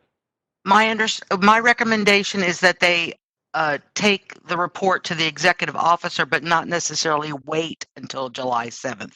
As soon as she can get me the rest of the information, I am willing to take it to the next executive officer meeting. There will be 2 executive officer meetings in June. When I originally wrote this letter, the clinical experience simulation plan had not been put in place. It has now been put in place. So she has a few more documents to submit to me, and then it could go to the June executive officer to be approved at that time. So I just was trying to remove the July 7th so that they didn't have to wait until July 7th if they can submit the documents to me sooner. So if the clause identified in my prior comment is removed, that would accurately reflect the revised recommendation? I recommend the executive officer to be able to approve the class at an executive officer review. Thank you.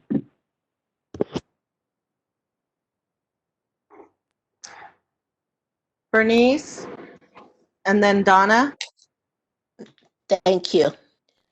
Can you hear me? Because my mic says I'm still muted. Yeah, I can hear you.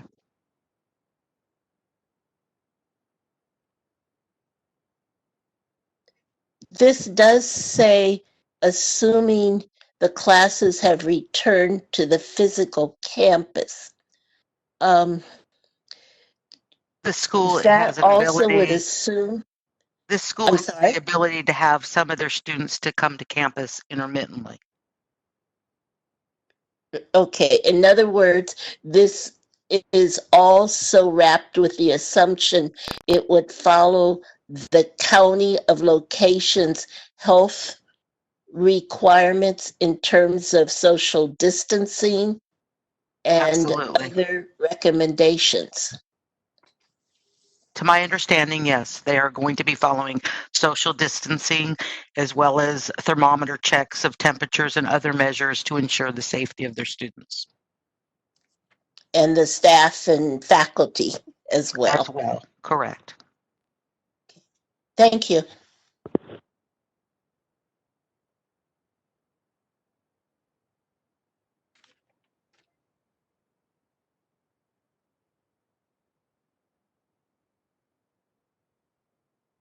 This is Donna. I move that we accept the NEC's report and adopt the recommendations as amended. I second that. That's Ken Maxey.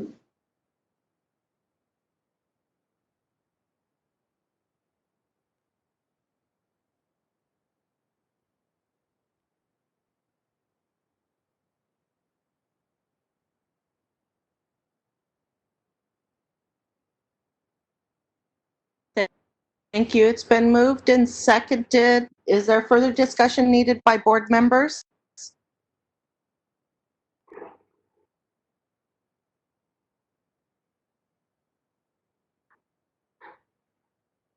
Seeing none, is there any public comment? This is the moderator. I will go ahead and enable the Q&A feature now.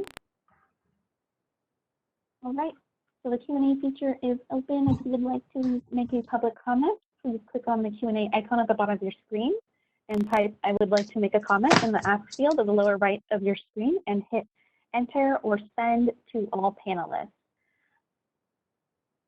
I will give a quick pause to allow any members of the public to indicate that they would like to make a public comment.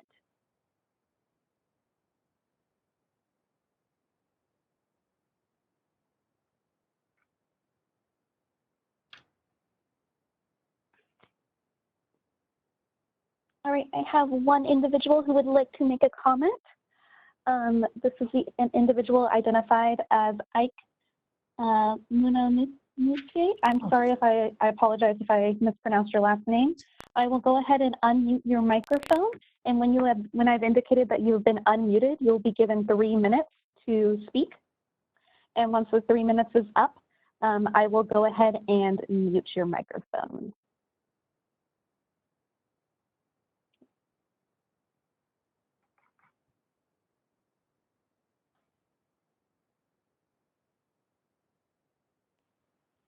All right, Ike, you have been unmuted. Okay, thank you. I just wanted to commend the NEC, Ms. Silverman, for working with the school to resolve their problem. That was very nice of her. That's all I wanted to say. It's nice for giving them a chance to resolve the issue with her. Thank you. All right, this is the moderator. I have muted Ike. Thank you.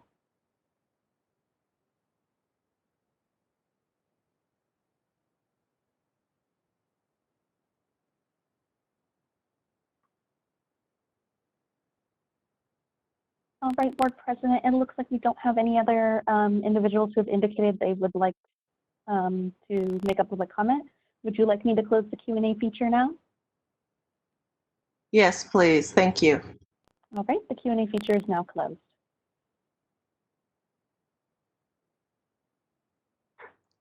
So it's been moved and seconded, moved by Donna to adopt the NEC's report and recommendation, and seconded by Ken. We'll do a roll call vote. Paula? This is Paula Amazola, yes. Bernice? Bernice Baste Martinez, yes. Alita? Alita Carpenter, yes. Ken? Ken Maxey, yes. Carol? Carol Mountain, yes. Donna? Donna Norton, yes. Paul? Paul Sellers, yes. Melissa? Melissa Rubacava, yes. Cheryl? Cheryl Turner, yes. I'm a yes. Thank you. If we could take a quick 10-minute break? Actually, we should do 15 so that when John returns at 11, we'll be just starting the next school, which would be Premier College. So we'll come back at 11.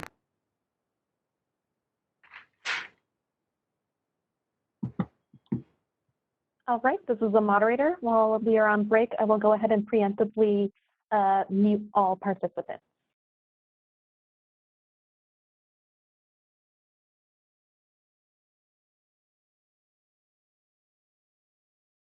So now we're back in session.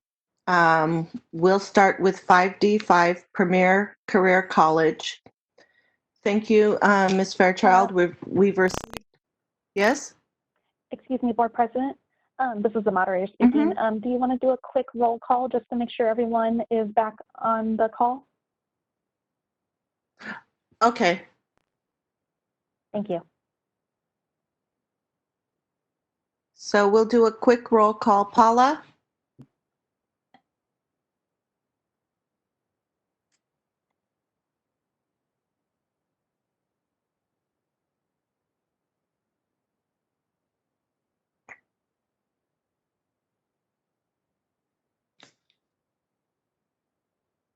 Paula, have you returned? Paula and Missoula present. Bernice?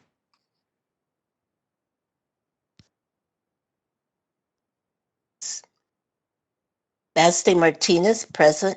Alita? Alita Carpenter, present. John? Yes, thank you, Madam President. John is here. Thank you. Ken? Yes, Ken is here. Carol? Carol Mountain is here. Donna? Donna Norton here. Paul? Paul Sellers, present. Melissa? Melissa Rubacava here, present. And Cheryl? Cheryl Turner's here. Thank you. So we'll go back to 5D5 Premier College, Premier Career College. Ms. Fairchild, we've received the report and recommendation. Do board members have any questions for the NEC?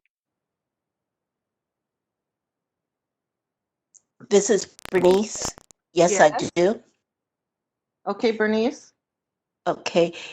In reading the report, I just want to make sure it's only a typo. But as you go through the pages, there are references to occurrences in December of 2020.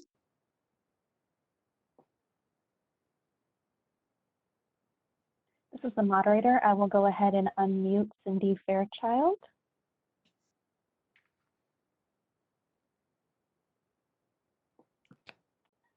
See the bottom starting on page 1.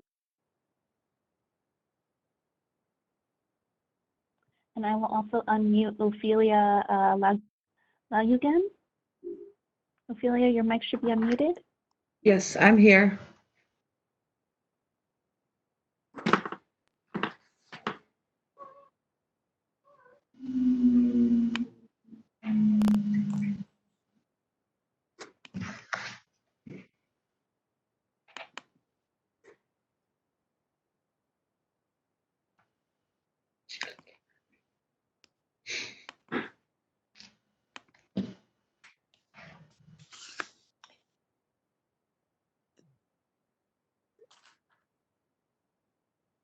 This is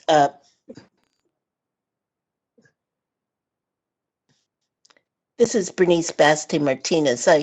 I'm hoping my question is clear. I just want to make sure those are possibly typos, or is there other information that might not have been communicated? There's Dr. Fairchild. I'll go ahead and see that. Let me look. October 19. Here on page 1, 2019, December 2019. December 24, 2019. The report is, The report that you how- sent to them. Okay. Ours look good. ours is good. Mhm. It was at a. Ms. Fairchild? Margarita, we want to talk to you. She's not back yet.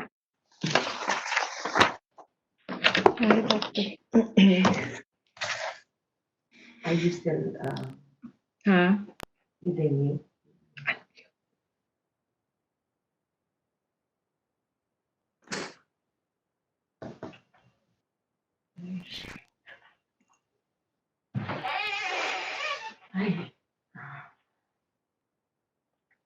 Ms. Fairchild, your microphone is now unmuted if you needed to respond. Thank you. It still looks like it's muted on my end. Can you hear me? Yes, we can hear you. Okay, thank you. I wanted to apologize for the errors. I thought I got them. If it says December 2020, it should be December 2019. Thank you so very much. You're welcome. I went back through this like 3 times. Very differently. Appreciate that. Thank you. You're welcome.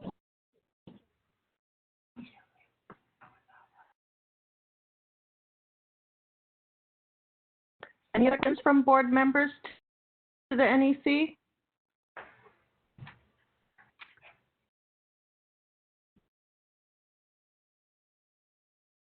Seeing none, is there a school representative on the line? If so, if we could have you state your name.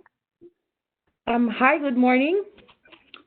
This is Ophelia Layugan. I'm the program director for Premier Career College. We will go by the recommendations of Dr. Fairchild and will comply with all of the requirements. Thank you. Do board members have questions for the school representative?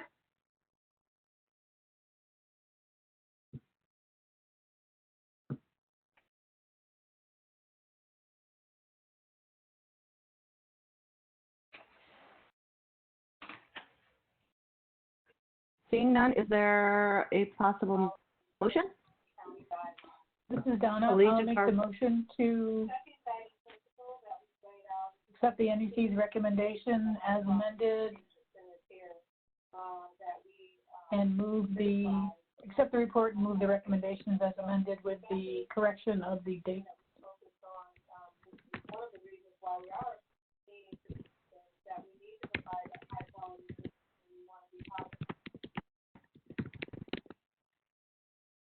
Thank you. Is there a second?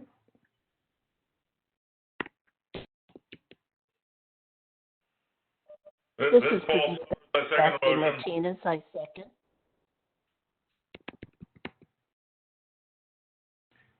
Thank you. It's been moved and seconded. Moved by Donna to accept the NEC's report and recommendation as amended. And Bernice, second. Further discussion by board members?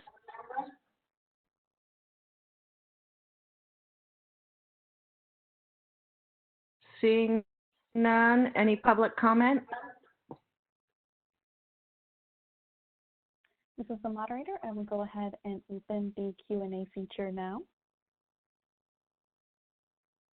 All right, so the Q&A feature is now open. If any members of the public wish to make a public comment, please click the Q&A icon at the bottom of your screen and then type in the ask field, I would like to make a comment, and it should be in the lower right of your screen. Click enter or send to all panelists, and I will pause for a moment to allow members of the public to indicate if they would like to make a comment.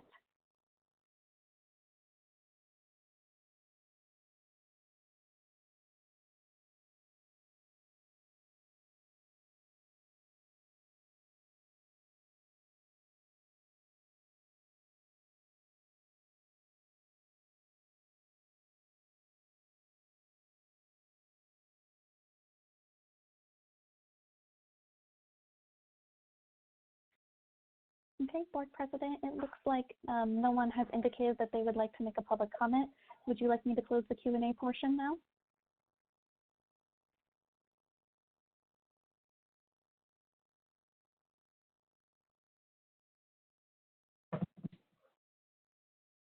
Thank you.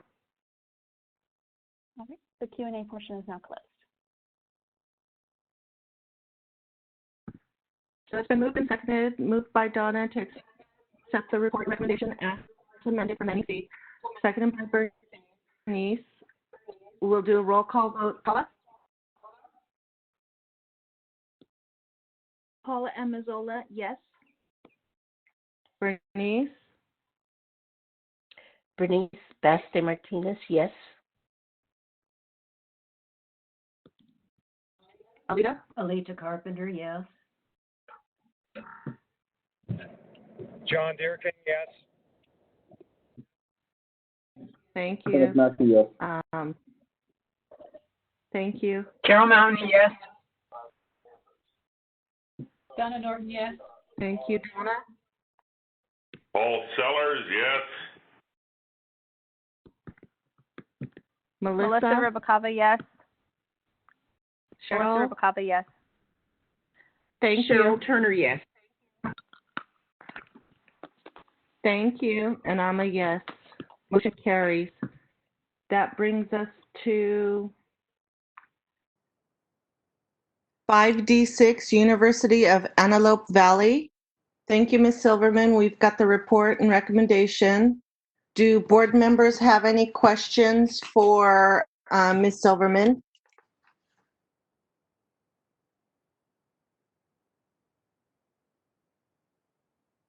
This is the moderator. I have unmuted Faye Silverman's microphone. Thank you.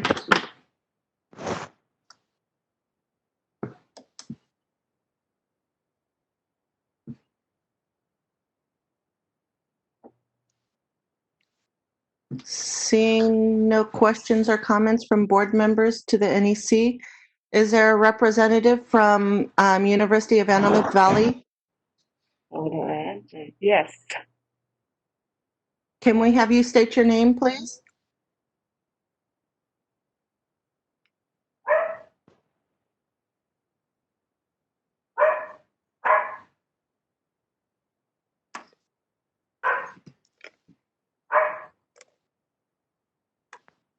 Hello?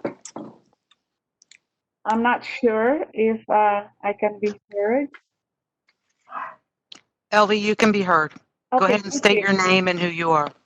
Okay, this is Dr. Elvie Ancheta. I'm representing the University of Antelope Valley as the Director of Nursing for our Vocational Nursing Program. Thank you so much. It's pretty awesome that we can get connected through this technology remotely.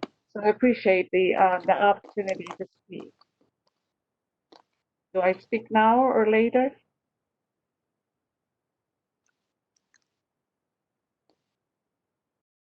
Okay, so our school, our University of Antelope Valley Vocational Nursing, if you guys could hear me for a few minutes, was placed on provisional approval for a 2-year period beginning August 16, 2019 to August of 2021. In 2017, our Nclex pass rate started to drop below the required standards. And in consultation with our nurse consultant, Faye Silverman, we immediately initiated corrective actions. We assessed all the many factors affecting the success of our students, from the application process to Nclex preparation, and we immediately instituted corrective actions. From having be an applicant-specific entrance exam to a virtual API predictor exam requirement for all cohorts. In 2018, we implemented some more. We did a program review, and with the expert recommendation of a nurse consultant, even had more action plans, such as offering free Nclex review program in addition to the API. We also enhanced the ability of our instructors to assist students with their ability to use the API virtual review program for maximum benefits. We also made API review progression a gradable item for term 4, which made it a little higher stakes. In our Nclex pass rate in 2018, I'm just counting through Q1 to Q4, we averaged 67%, which is a slight improvement from 2017 of 63.5. We were approved for 2 more classes in 2018 and continued to work on implementing our action plans. Our Nclex pass rate in 2019 kind of dropped to 51%, and I know that our nurse consultant was pretty worried about that. But I would like to note, and for the board's consideration, that a high percentage of these test takers at that time graduated in 2017 and early 2018 before all of our corrective actions were in place. In late 2019, with the advice of our nurse consultant and with further research on our end, we adopted the HESI Curriculum Enhancement Program that is integrated from Term 1 to Term 4, culminating to Nclex preparation. Cohorts 31 and 32 had gone through the HESI program. Before that, we were still using API. Now, I would like to highlight the incremental improvement. 30 seconds warning. That I'm referring to. All of our cohorts, the last 3 cohorts, not including 29, VN 29, we have so far 100% year-to-date pass rate for those 3. I just want to highlight that what we were doing is making a big difference in our student success and Nclex pass rate. I will humbly request that the board provides our institution the opportunity to continue demonstration that the established action plan is working and allow us to maintain a provisional status until August 21st. All right, this is the moderator. I'll be muting LV now because time's up. Unless board president, you would like me to unmute her again.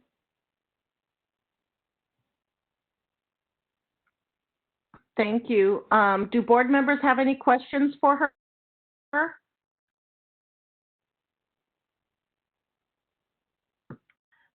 And board president, I have a raised hand from Faye Silverman. Would you like me to unmute her? Okay, please. All right, I will unmute Faye. Faye, you're unmuted.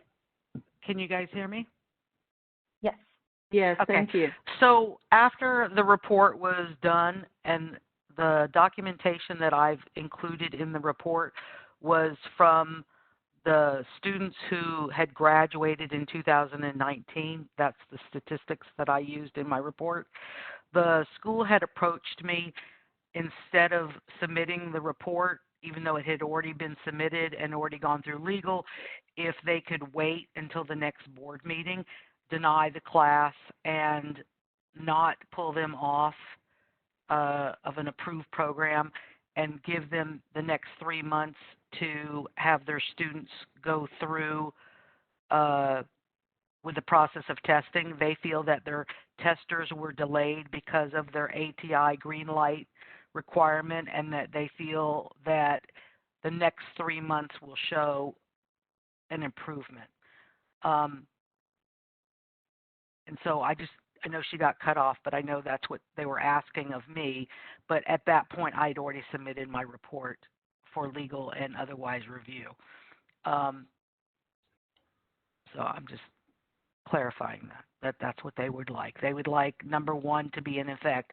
They would like to not be given the class, and they wanted to deny the revoke of their program and give them the 1 more quarter and to appear before the board in August to show that there has been an improvement. So far, every quarter they've asked for that, there has not been an improvement, and that was why I wrote the report. Ms. Silverman? Yes. Does that change your recommendations?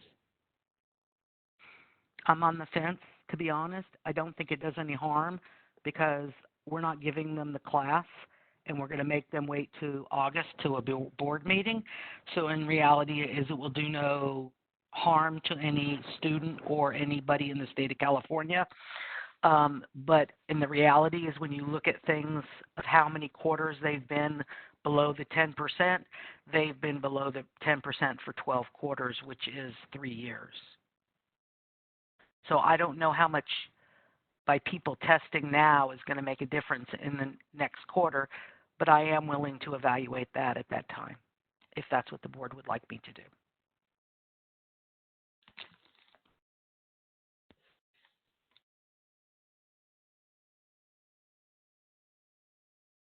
Any other board members have questions for Ms. Silverman or the school?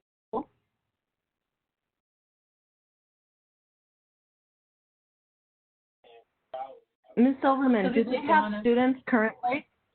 Okay, Donna? They have one class of 13 students, which is scheduled to finish up in June 26th. They do have students that are outstanding that have not tested yet, and they're getting verbiage from their students that have tested so far this quarter that they're passing, but I don't have access to that data. That is just students telling a director that whether they've passed or not passed. I won't have any official data March, April, May, June. At the end of June, we get our report sometime in July. So by the August board meeting, I would have official testing results for the next quarter for the board to look at if they would like to not give them the class, but postpone the closing until the August board meeting.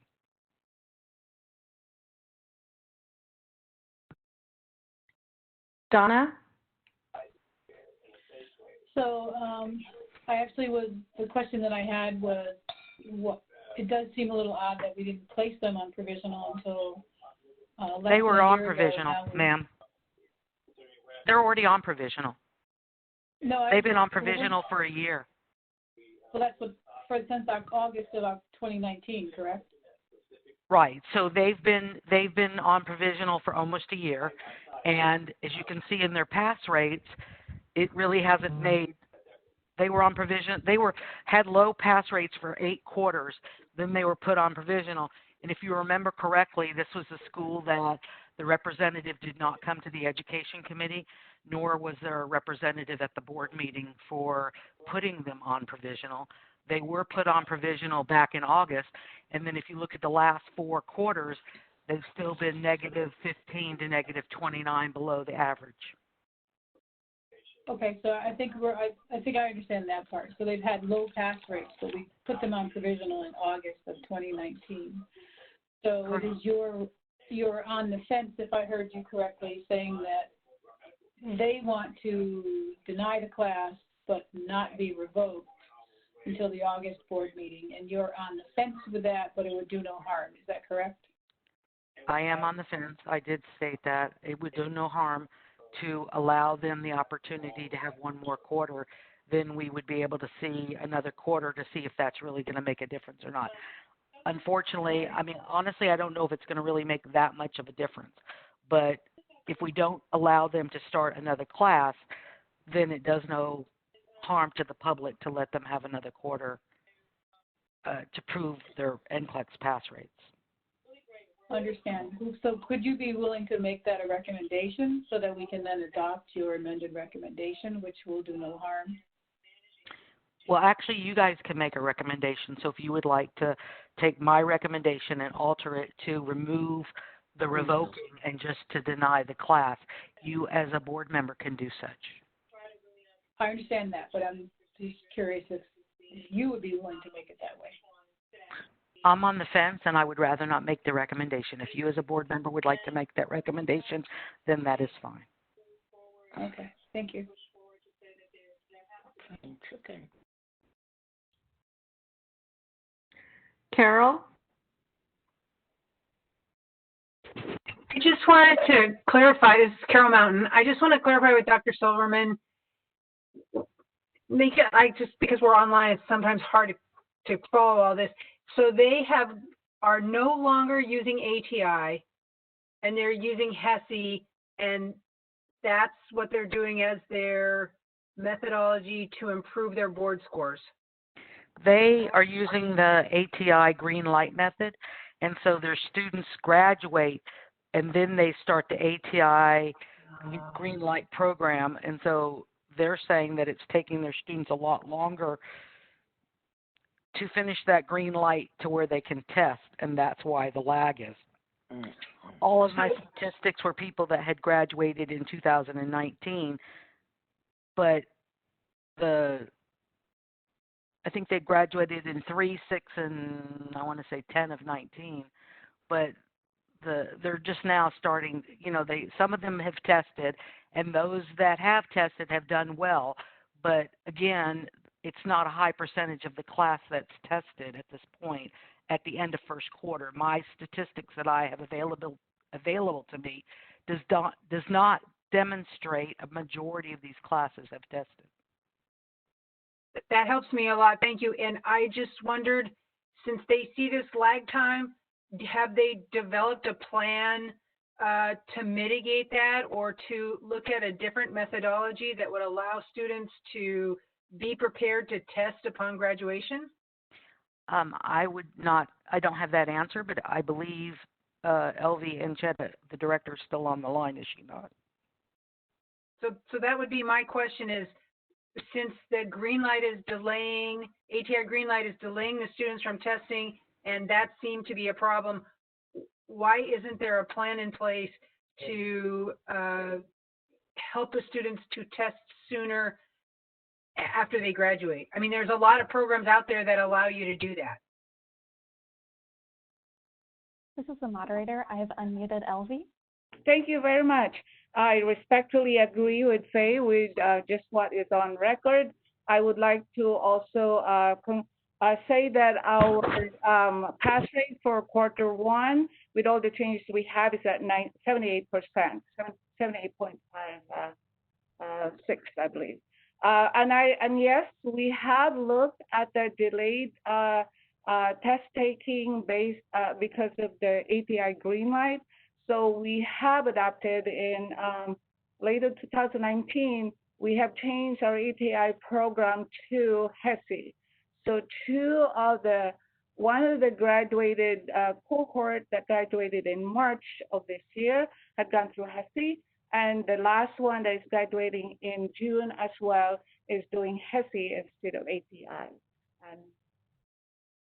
And thus far, I know that this is just based on what the students are saying, but we're tracking it really closely, that for the last 3 cohorts that graduated have 100% passing rate as of yesterday.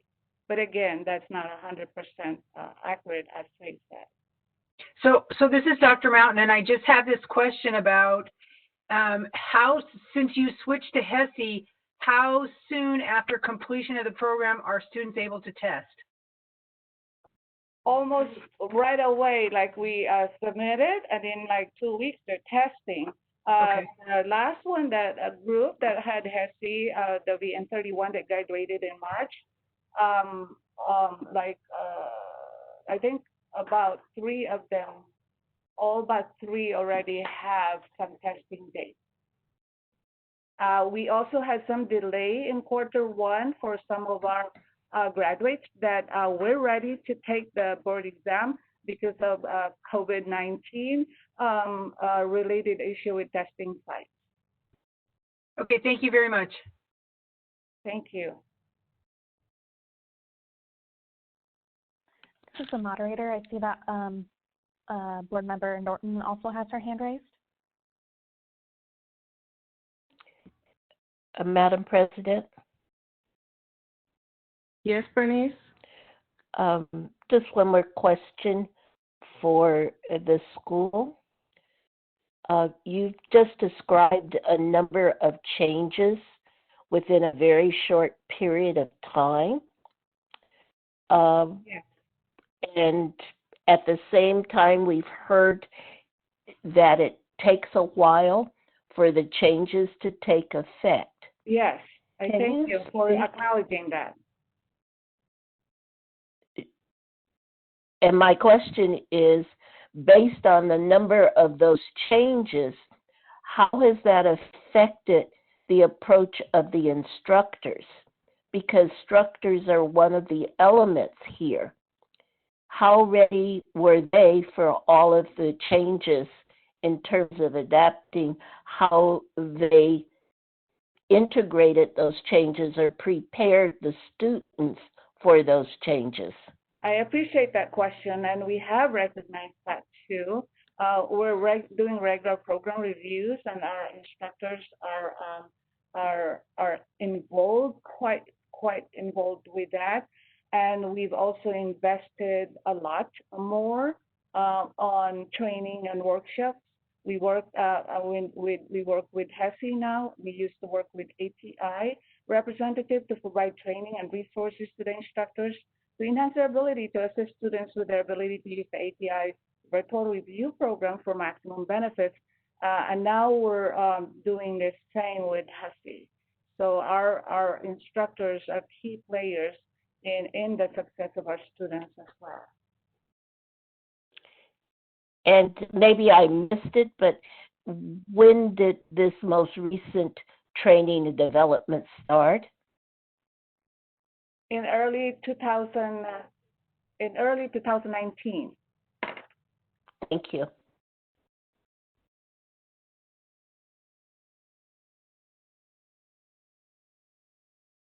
And as again, our quarter one is a quantum leap from where we're at, and we're at 78%. So we do ask, as Faye has illuminated, that we do request for us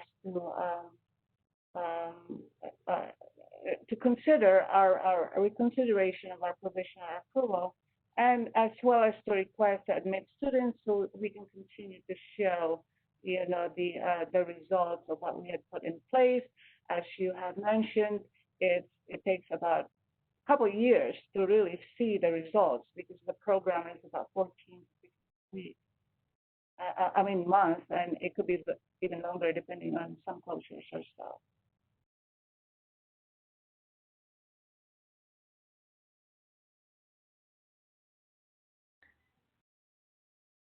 Any other questions from board members?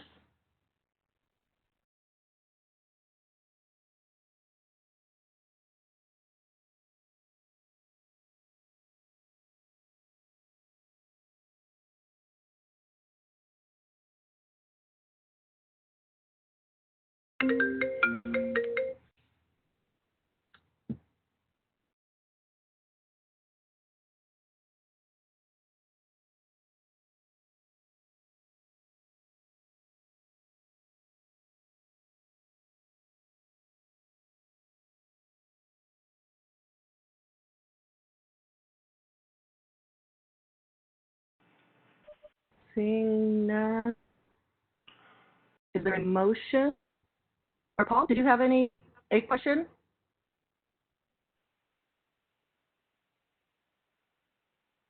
I'm sorry, did my question not get through? No. Okay, let me restate it. This is directed to Dr. Mountain. Dr. Mountain, based on what you've heard and the questions that you asked, what is your opinion on modifying the recommendations? I agree with Dr. Silverman on that it won't hurt anything, and it will give us an additional opportunity to see what the total pass rates are. I just was concerned, when they talk about the green light and the delay in testing. We know that the farther out a student goes for testing, their percentage chance of passing boards just keeps falling and falling. So I appreciate the fact that they've switched to HESI to give the students the opportunity to test as soon as possible after they complete the program. Thank you.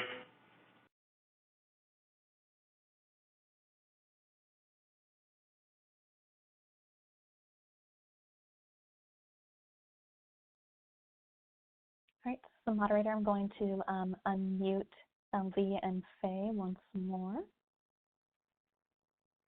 Thank you. All right, your microphones have been unmuted. Okay. I didn't have anything else to say.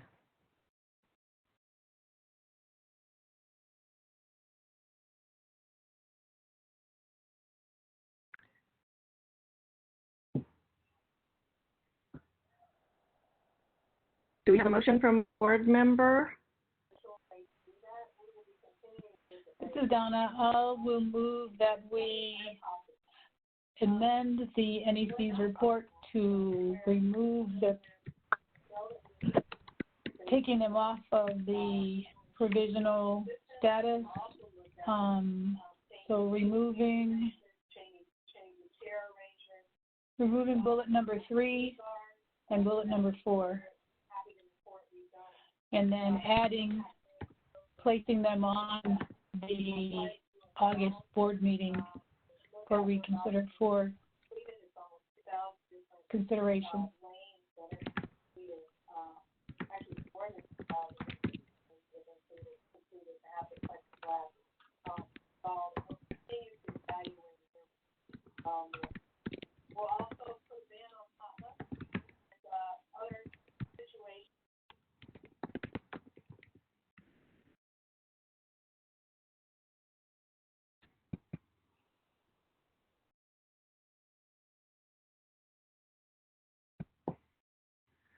Okay, do we have a second?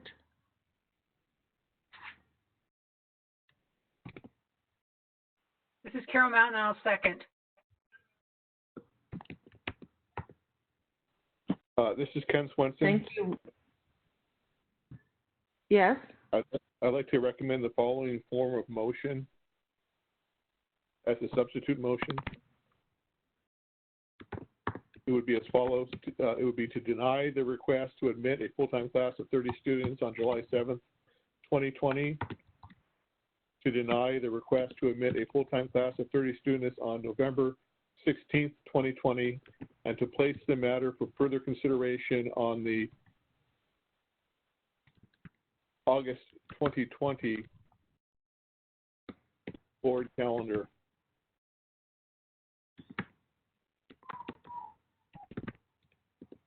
Thank you.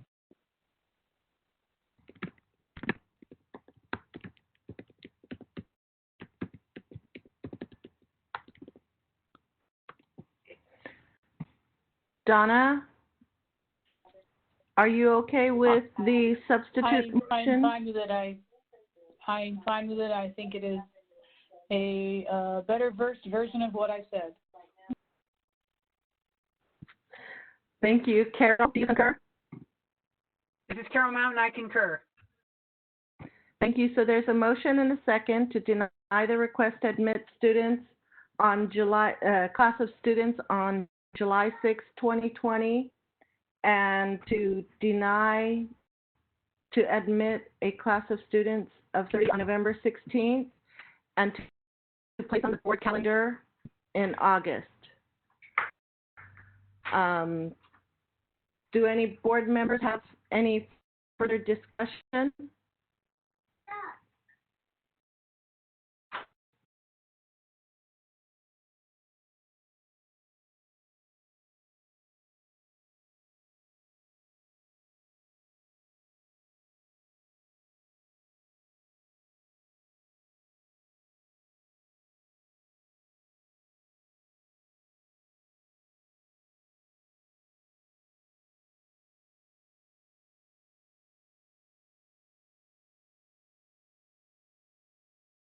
Seeing none, is there any public comment?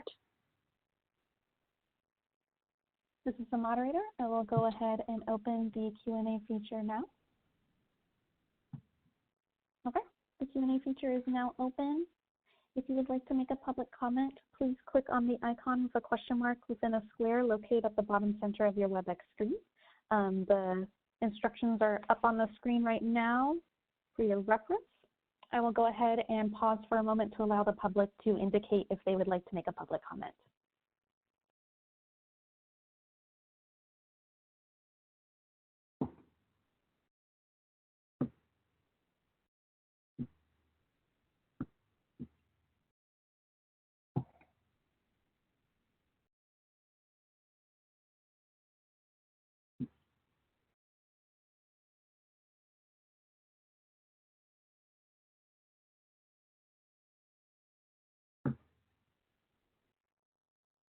All right, Board President, it looks like no one has indicated that they would like to make a public comment. Would you like me to close the Q&A feature now? Yes, please. Thank you. All right, the Q&A feature is now closed.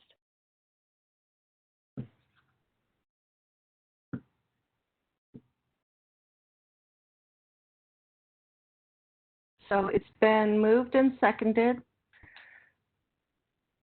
The motion was to deny the request to admit students July 6th and November 16th, 2020, and to place the school on the August board calendar. We'll do a roll call vote. Donna, Paula? Paula Amizola, yes. Apologies real quick. This is the moderator speaking. It looks like board member Deer King has fallen out. Oh, now I can promote him back up to a panelist. Okay, thank you.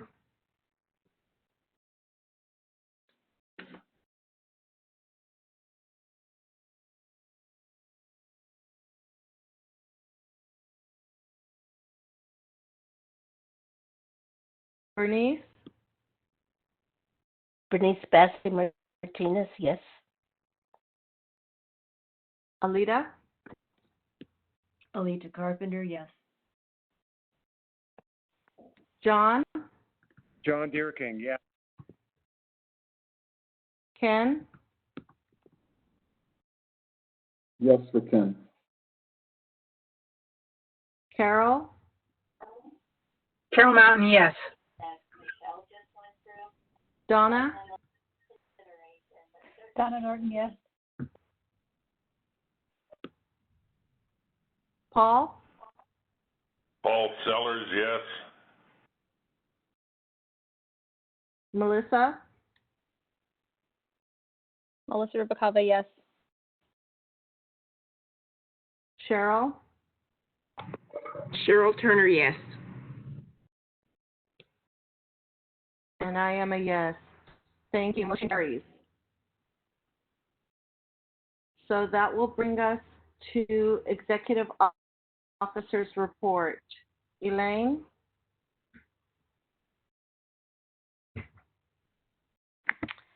Thank you, Madam President and members. Elaine Yamaguchi, Executive Officer.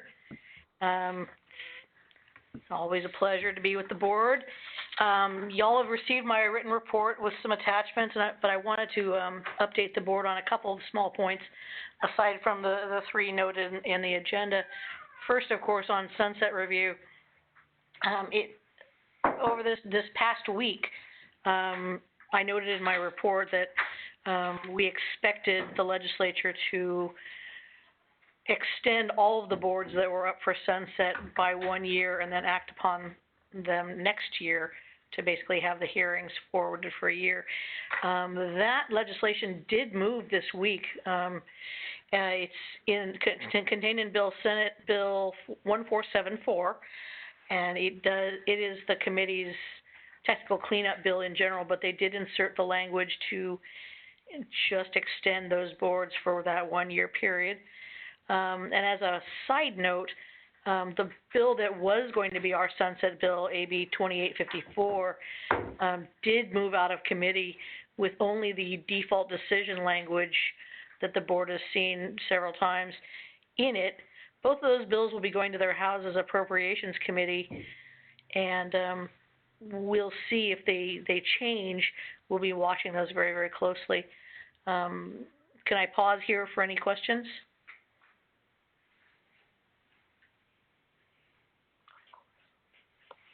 Yes, this is Cheryl Turner. I didn't quite understand what was the outcome of the default decision legislation? The default decision language that the board has discussed and approved, that language is contained in the beginnings of our sunset bill. So if nothing else is added to that bill, at least that default decision language will move forward. Okay, so but what happened to the language in AB 2854? That is the language in AB 2854. Oh, okay. So the authority to give our power to issue default decisions to the executive officer, that bill is contained in AB 2854, and that is moving forward. Is that? That is correct. Okay, thank you.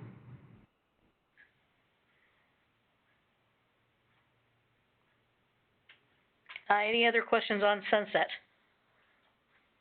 Great. I also wanted to mention that, as the board will recall, we spent some very good quality time discussing the regulatory language to implement AB 2138. And while the regulatory language on our part has moved forward, it is still being worked on by the powers that be. But the board and council had noted that it would be prudent for us to start planning to implement AB 2138. So I do know that our enforcement division has been working assiduously to start that process. And at this point, I did want to defer to our enforcement chief, Candace Rainey, to talk a little bit about some of the discussions that she and her team have had. We are well on our way to implementation of AB 2138 for the July 1 date. We're in the process of modifying our procedures, our resources, the information that we'll need. Obviously, we're still waiting on the new regulations, but we are in line with a July 1 implementation date. Okay, can I pause here for any questions for myself or Ms. Rainey?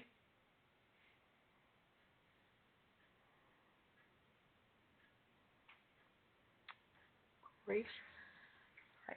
Well, let me move into the more perky topic, of course, of our fund condition.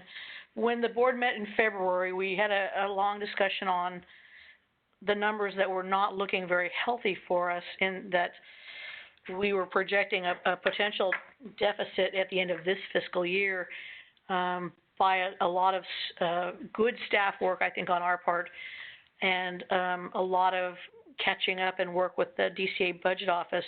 We've been able to get a much better picture of our current fiscal condition, and right now we do project to finish this fiscal year slightly in the black. We're not certainly adding to our reserve fund, but we will not finish this year in a deficit unless something very dramatic changes in May and June. That's good news. But added to the fund condition information, I think everybody has read that the state itself is in a sizable deficit.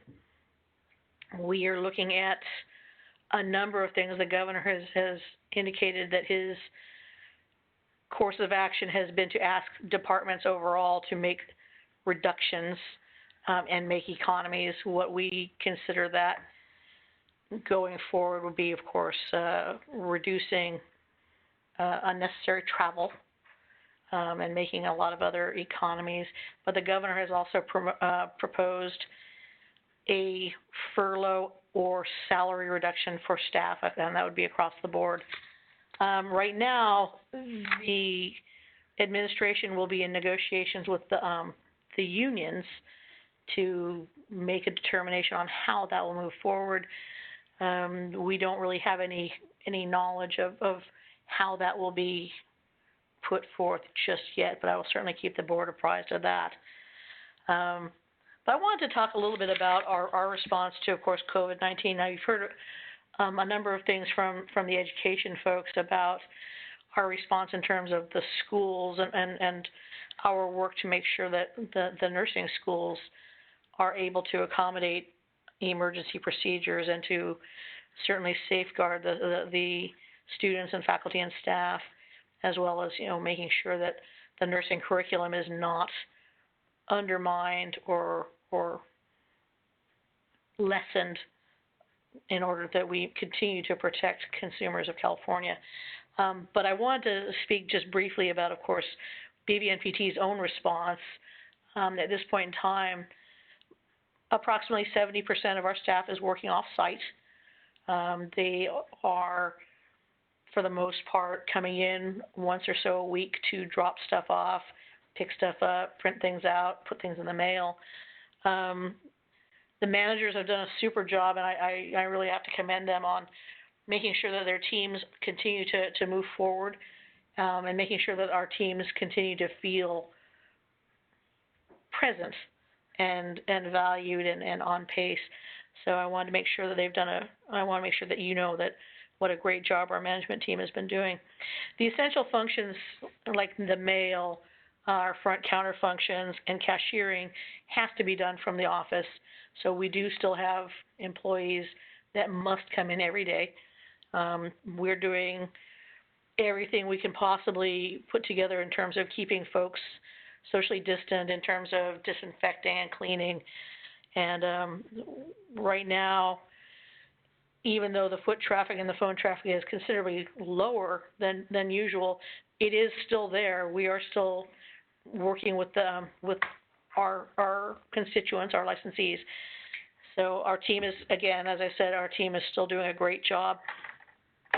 And lastly, I wanted to just revisit the fact that while the governor's not ready to say when we will all have 100% of our employees come back to work, let alone the 100% return to basic functions for California, enough movement, enough progress has been made so that there are the beginnings of that transition back. I think everyone has noted that on a county-to-county basis, there have been a number of changes, a number of liftings of restrictions. It's going to be a long way until, and I'm thinking months, if not years, before we see our operations back to the way it was 4 or 5 months ago. But at this point in time, the work is getting done, and we want to make sure that that is well known. But we've also been preparing status reports and working with the rest of DCA to provide that information and that level of response to the contingencies we've made, so that DCA as a whole has been able to respond to the governor's office as to its readiness and what we have learned in terms of our contingencies in these trying times. Now, the last thing, and because I did want to end on a good note, we wanted to mention, of course, that there was back in December, the management had nominated one of our teams, the staff service analysts who handle the equivalency evaluations. Management had nominated them for a Superior Achievement Award through the department, which recognized their tremendous work in really, I think, addressing our historic backlog in terms of equivalency processing. They've done a terrific job. Now, we had wanted to recognize their achievement at the May meeting, but of course, we couldn't do it this way. So what we do hope to do is when we're able to host an event, we'd like to invite a local board member or two to come join us and present them with some recognition and framed certificates. We'll be, of course, taking pictures and sharing those with the whole board. But I did want to make sure that you knew that that team includes Suba Ebek-Warama, Monica Harris, Demery Verdiales, and Jessica Wagner. I think they deserve a big hand of applause, but of course we can't really do so on Webex. But at this point, that concludes my report, and I'd be happy to answer any questions.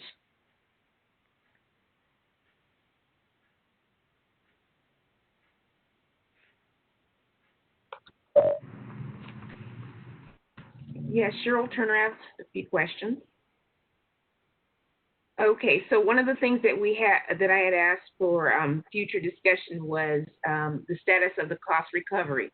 Now, I did see some mention of it in the enforcement report that there's been a recovery. Were we able to determine which line item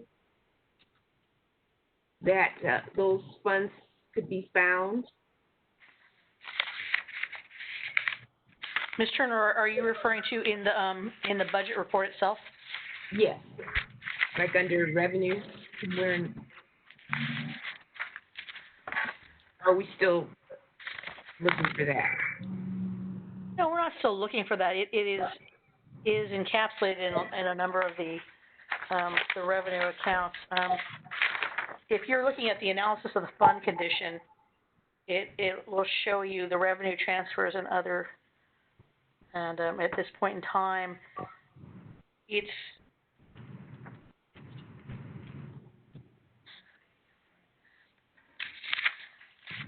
my understanding is that it is in miscellaneous revenues, but I will actually double check for you on that. Okay. All right. And then looking at the expenses, I guess we don't have much control over it, but I see year-to-date salary, up by 300,000, temp, up really high. Staff benefits, 300,000 is up. And then we could go on to like the AG's office up by 200,000, DCA investigators up by 400,000. And then we have our board members down more than 50%. So obviously, the board members have given when they went to billing by the hour to gain their per diem. Can anything be done about these other expenses? Well, let me go point by point.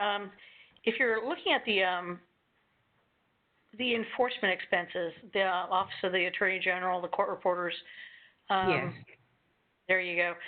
I did want to note that at this point in time, we are looking into ceasing our work with the court reporters, which should save a significant amount of funds.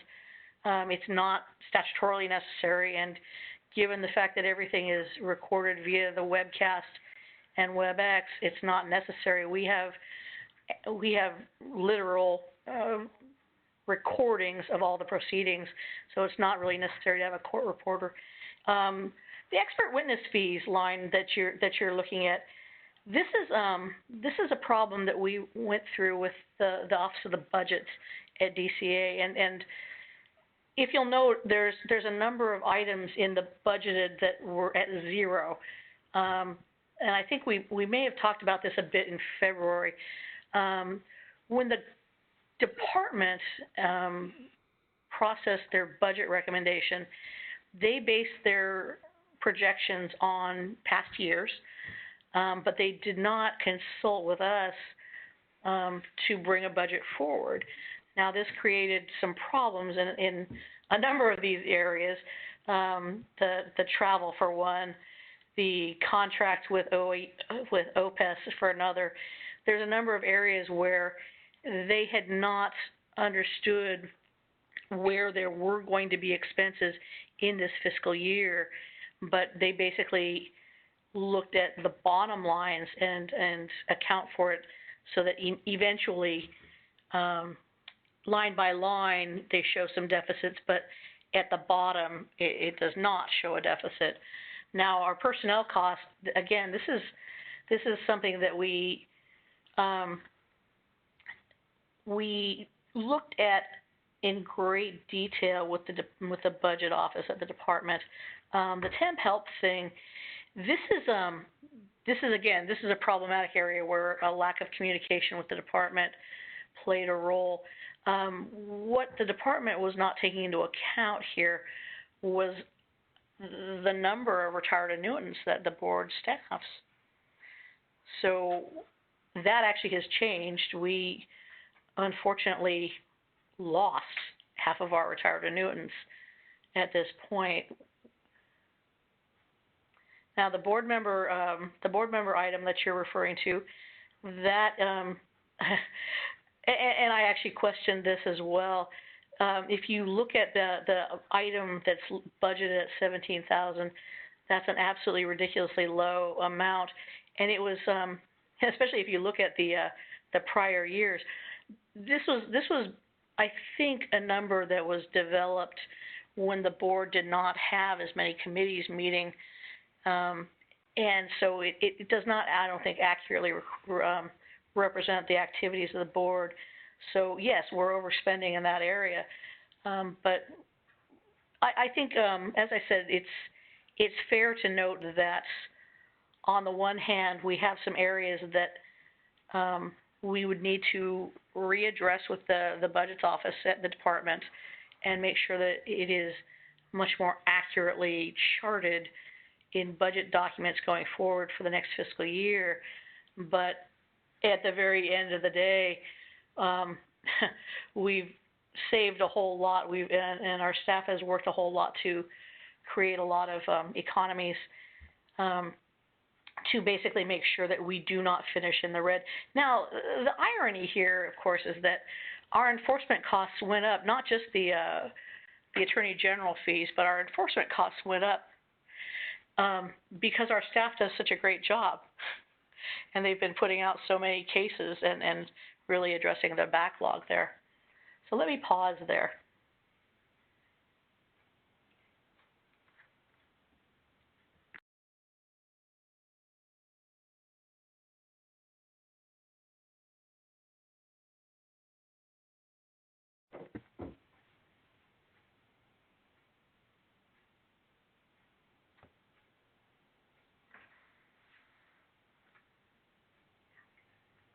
I'm sorry, were there any further questions? Or Ms. Turner, did you have anything to follow up?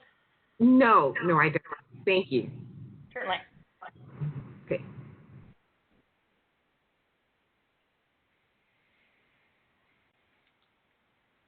Madam Chair, that would conclude my report unless there were any other questions. Thank you, Elaine. Do board members have any questions? Oh, Cheryl, you have your hand raised.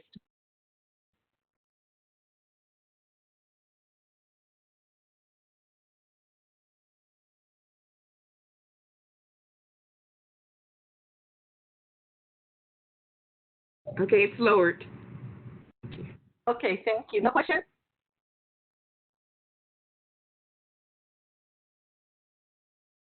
No, thank you. Okay, thank you. So that brings us to the executive committee report covering March, April, and May. The meeting minutes are included in the board packets. Do you have any questions?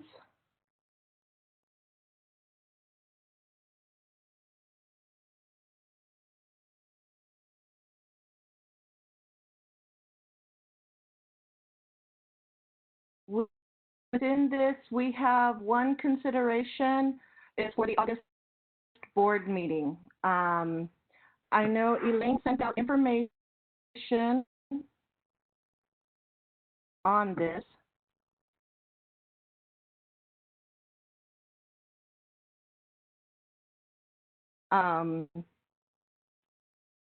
So we were scheduled to meet in Burbank August 20 and 21 for the board meeting in August. Due to the COVID-19, right now the plans are up in the air. I believe she sent this out at the beginning of May.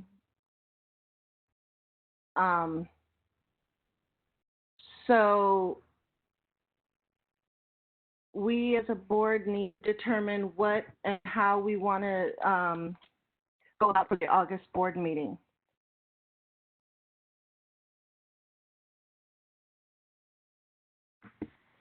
And recommendation.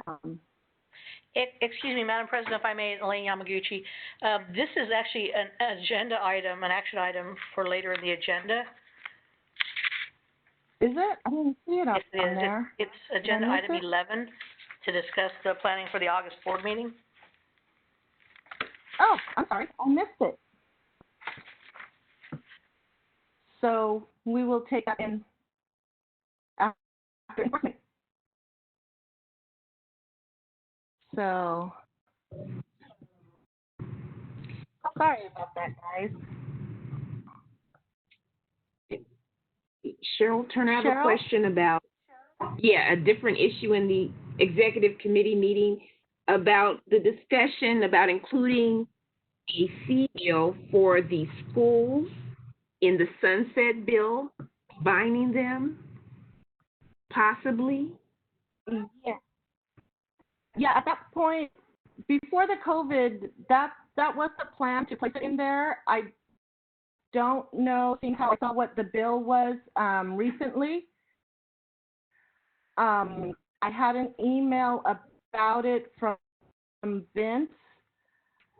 I think they want further discussion on that at this time. So at this moment, I believe it's up in the air, but I'm not sure if our Leg Committee has any more information on that. Elaine, do you know if Vince reached out to you about that? I'm sorry, Ms. Turner, could you restate your question, please? Yes, there's a discussion in the executive committee meetings about the possibility of combining the school fee bill provision in the sunset bill.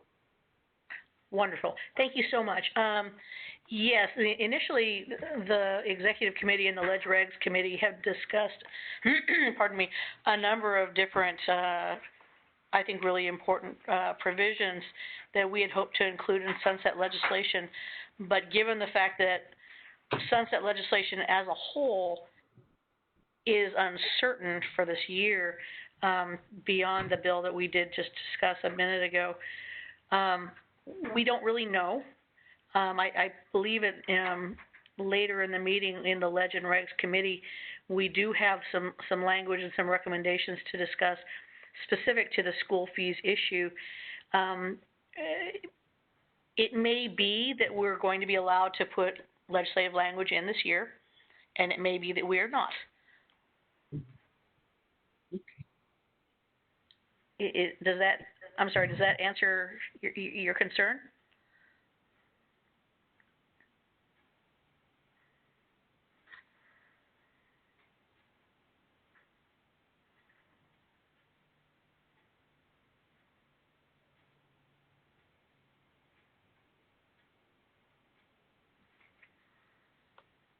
Oh, I was muted.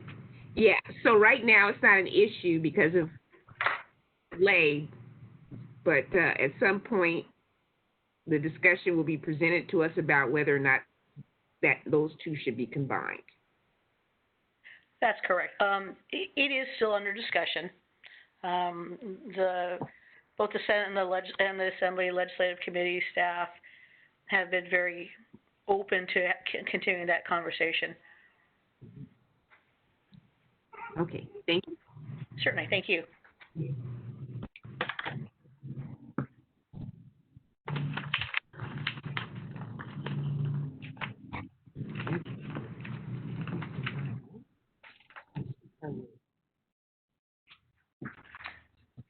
Any other questions?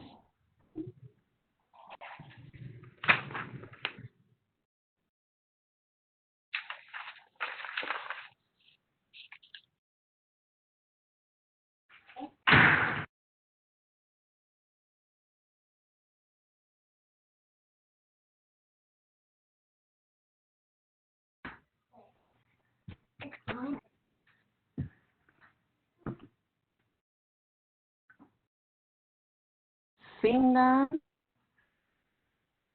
that will bring us to licensing division report.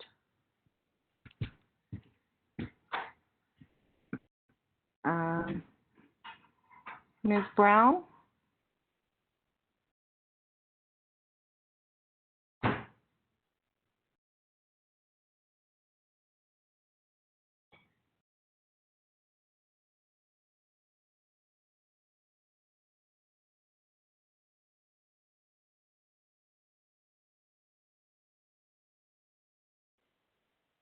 This is the moderator, Shelley Brown. If you're currently speaking, your microphone is muted.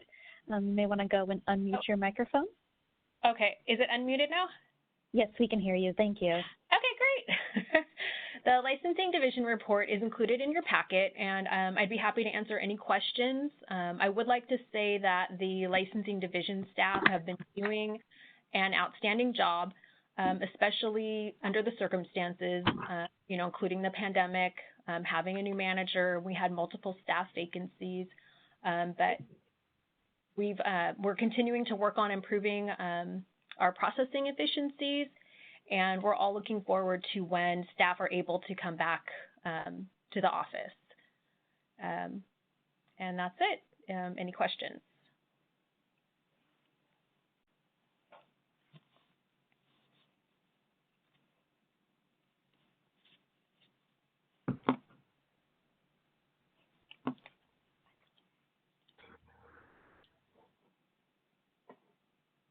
Seeing none, that we'll move on to the Licensing and Evaluations Committee report. Paul? Yes, give me one moment there. So the licensing committee subcommittee met on Tuesday, March 24th, with myself as the chair and Dr. Baskin Martinez as the co-chair. We had some staffing updates as of that day. There were 2 program technician, 2 vacancies on the reception unit, and both vacancies had been filled, will be filled at that time.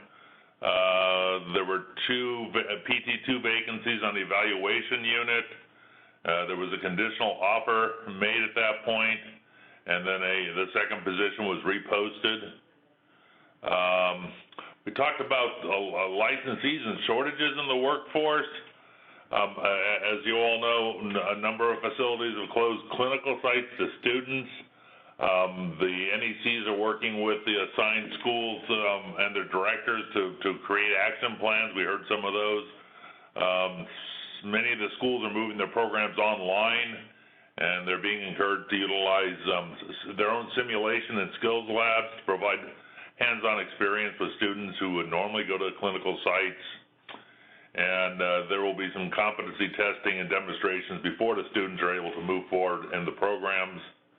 And we were told that emergency medical services is getting their workforce into the field efficiently and rapidly. We had some discussion about the strategic plan, considerations for the strategic plan and the committee's role. We were asked to have some permanent agenda items to discuss concerning the strategic goals, to include staff workload, committee goals, and performance measures.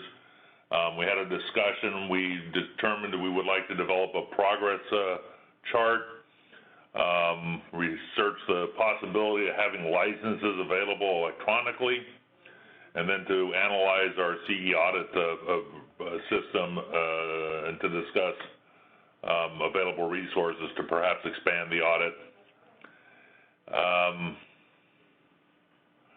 We discussed and considerations of evaluation processes for outlier applicants, and the staff is currently analyzing the 5 application methods to determine if we can find deficiencies. And the staff service analysis in the administrative division is being redirected to the licensing division to assist on the method 3, 4, and 5 applications. We reviewed licensing division performance metrics. One of the things, the March phone statistics are expected to be low, just based on the COVID-19 effect. And 3 office technician positions in cashiering will be reclassified to the PT2 positions. We're already seeing, I should say, cashier staff are already processing initial applications, license application fees, and licensing documents. And the increase again of the online transactions have decreased the cashier workload. And then finally, there were some suggested for future agenda items.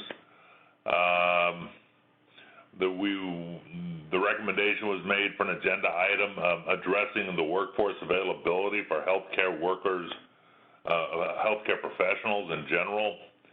And then finally, we discussed the impact of the governor's executive order regarding the Bagley-Keene Act.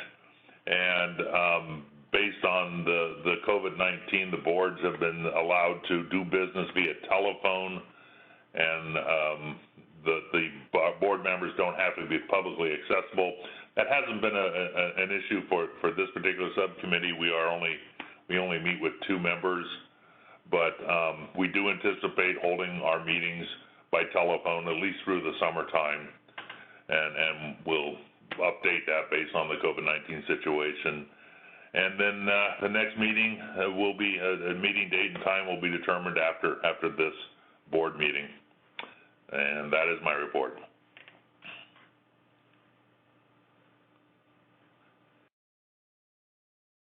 Thank you, Paul. Do board members have any questions?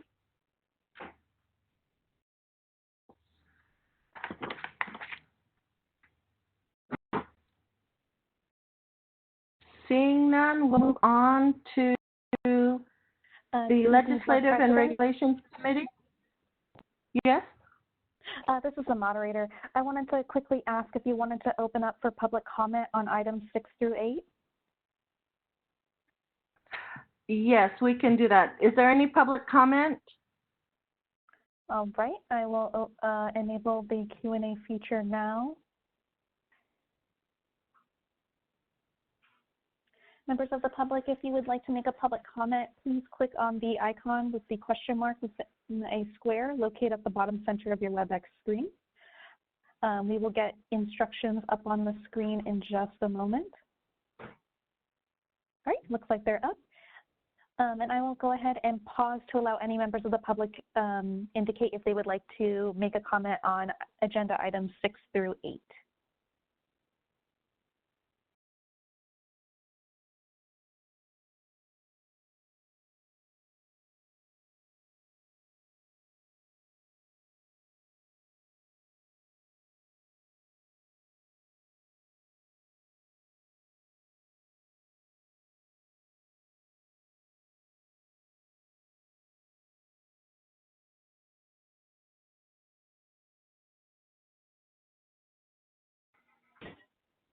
All right, Board President, it looks like no one has indicated that they would like to make a public comment. Would you like me to go ahead and close the Q&A feature? Yes, please. All right, the Q&A feature is now closed. Thank you.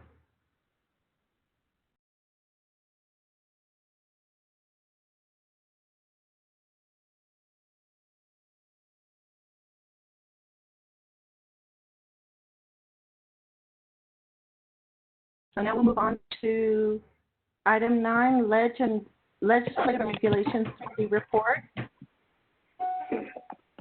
John? Yes, thank you, Madam President.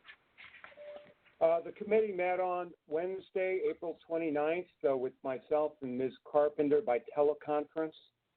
Staff and legal counsel were also in attendance. Committee staff and legal counsel discussed the following. We went over the legislative tracking and calendar. Staff informed the committee that legislative staff at the Capitol are not commenting on or committing to any bill action, including House of Origin, deadlines due to the current pandemic. Certain bills, including those on BVNPT's interest list, are being heard by the Senate or Assembly. Current status of BVNP interest bills is found in the 2020-2021 bill tracker. And regarding action on new legislation, AB 2028, state agencies, meetings. This bill amends the government code to require state bodies subject to the Bagley-Keene Open Meeting Act to post all relevant background documents online at least 10 days prior to a public meeting instead of the agenda alone. Materials would only be eligible for distribution or discussion at the notice meeting if posted within the 10-day time frame. This bill would also clarify that the public has the right to comment on any agenda item listed for that meeting, regardless of whether it's been previously discussed. And after consideration, it was moved that the committee adopt the staff position to oppose, unless amended, AB 2028, Aguirre, Curry, and refer the position to the board. Madam President.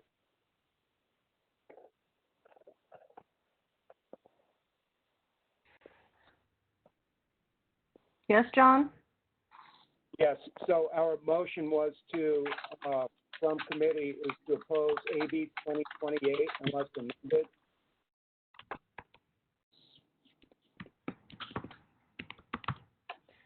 So that came out of committee. Do board members have any questions on that recommendation?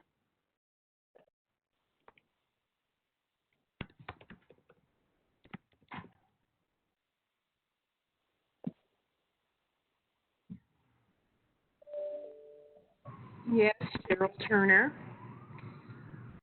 All right, so the way it was initially written, the concern was posting 10 days before, but I think everything has been updated to include if they've met with the committee, then there's no right to meet with the board.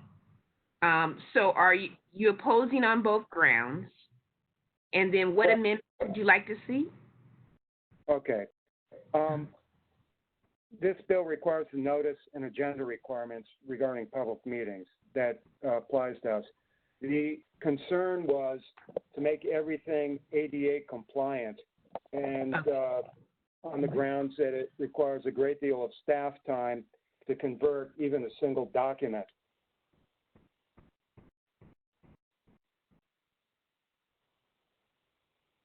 Okay, so you don't want to make it ADA compliant. Correct.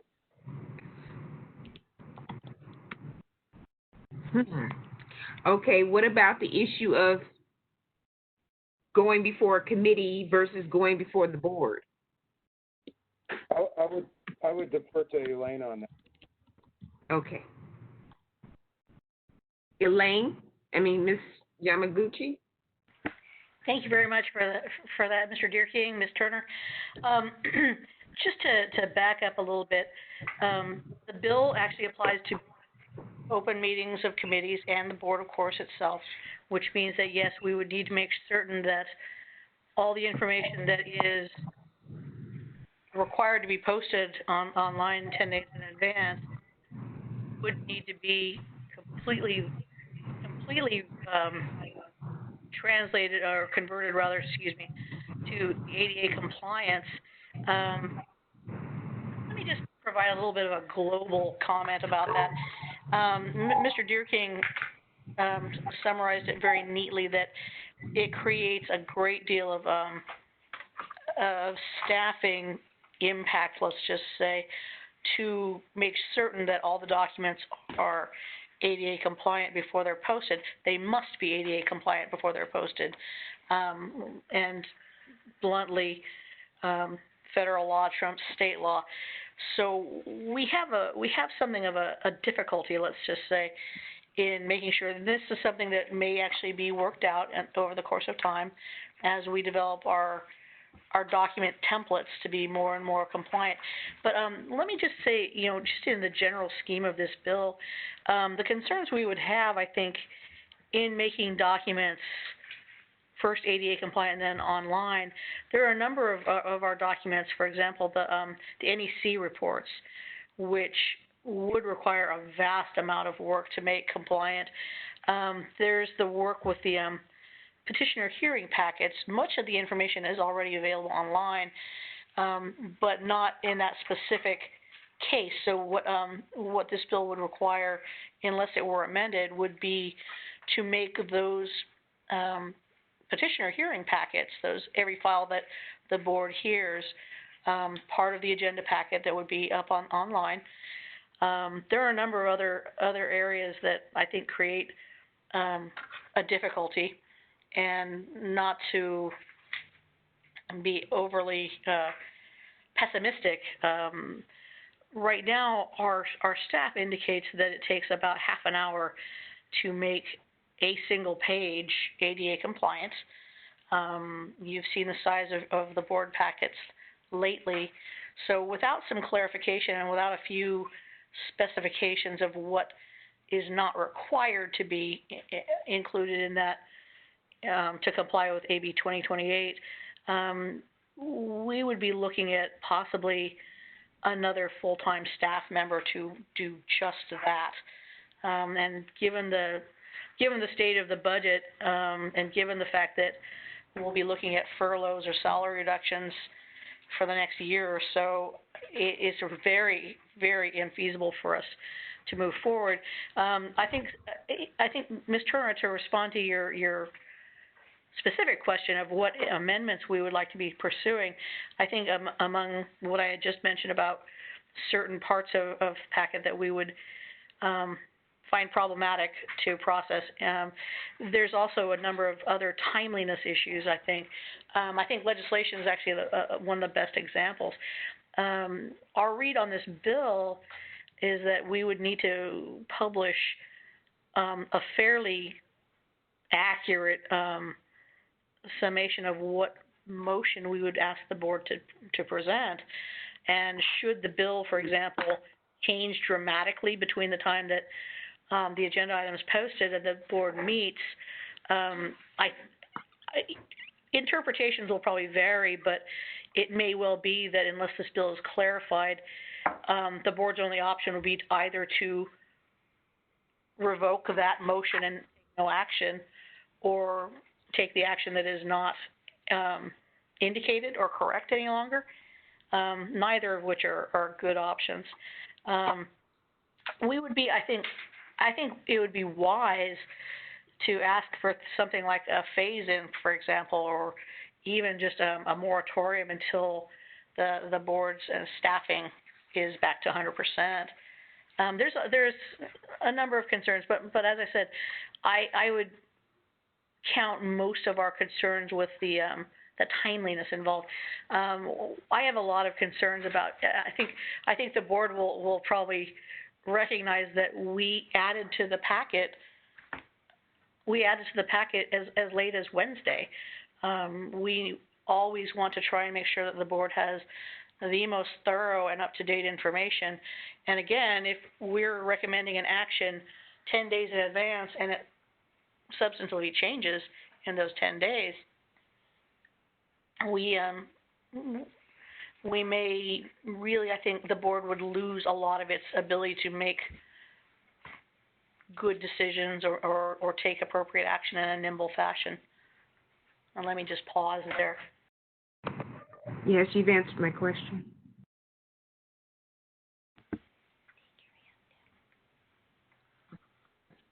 This is Bernice. Can you hear me? Yes, ma'am. Thank you. I was just going back and looking at the bill. That first line says to post all relevant background documents. I'm curious what they consider relevant to mean. Because frankly, the examples we're talking about, I think of some of the files that we review. It's not all of that is really or shouldn't be publicly posted. I mean, clearly there's criminal records, et cetera, that can be sought by the public. But when we put the case files together in the way they've been put together, I can only imagine the potential abusive nature if it were posted widely and broadly. I mentioned the reference to relevant background documents because I'm very curious about the real intent of this piece of legislation. I read what it suggests, the summary,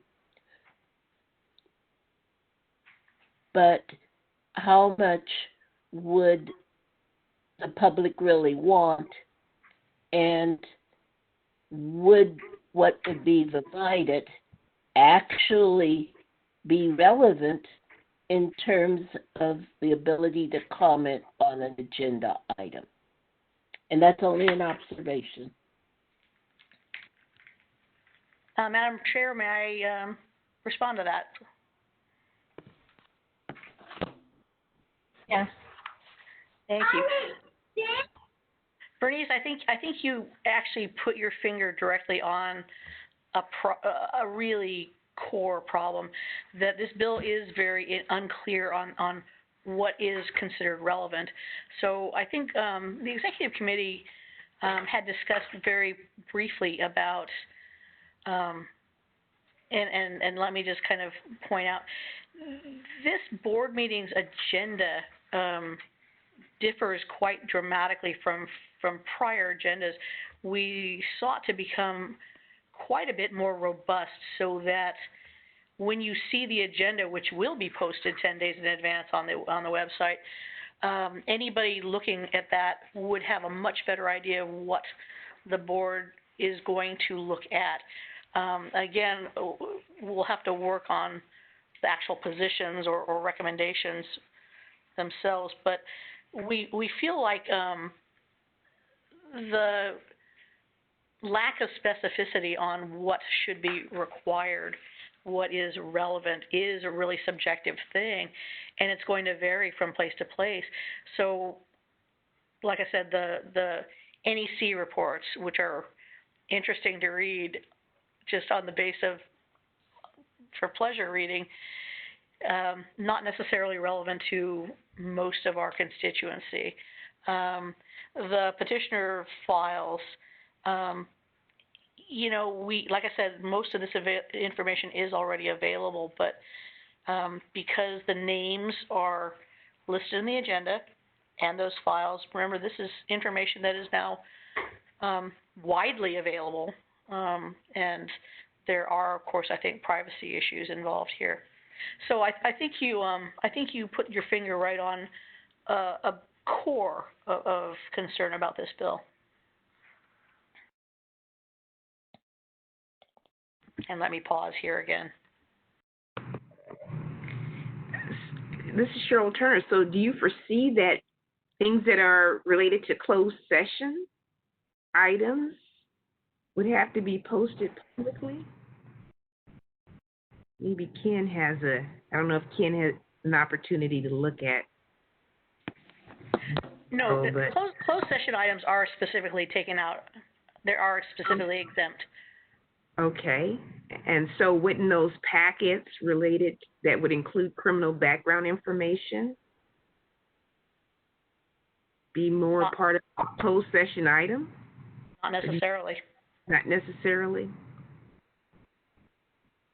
This is Ken Swenson. I think one of the major concerns here would be the petition hearing packet. Yes. Which oftentimes contain records that have not been properly redacted by the petitioners. Normally, we try to catch those and move to redact confidential or personally identifiable information, but it's not always caught. So it is a concern. Under existing law, any item that goes to the majority of the board, unless it's covered by a privilege, would become a public document. If it's covered by a privilege, it would fall within an exemption to the Public Records Act under existing law.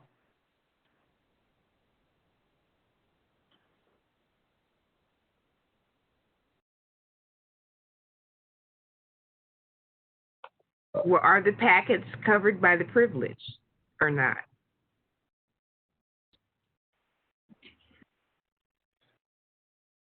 The information in the petition packet ordinarily would not be covered by a privilege.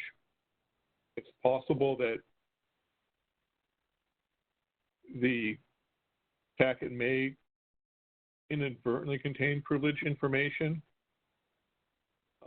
and normally that would be subject to a motion to redact or remove that information and a protective order to be issued by the administrative law judge on the record during the hearing.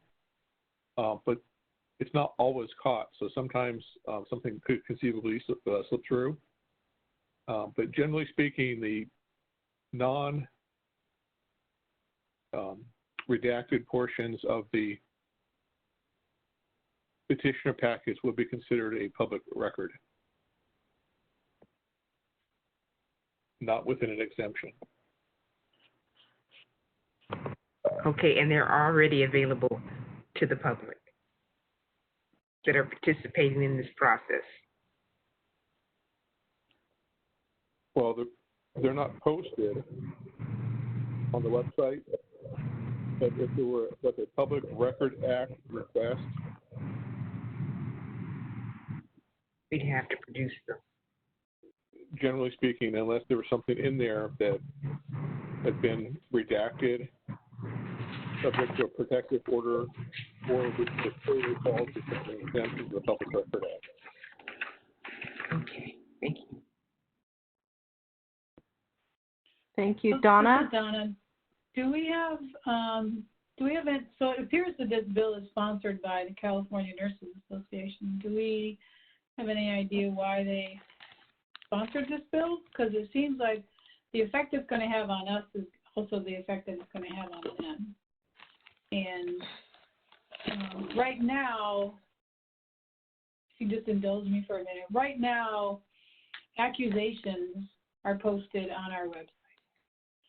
When we have our board meetings, they're open to the public. People can listen in. The decisions are then posted on the website. So there's this vast amount of information that is posted on the website.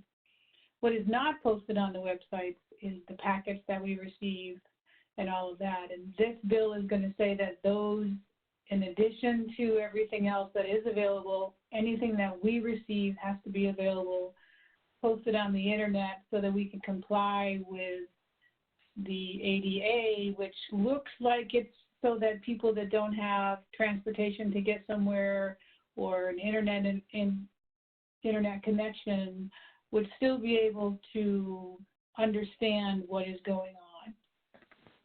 Is that somewhat, am I in the right direction there thinking?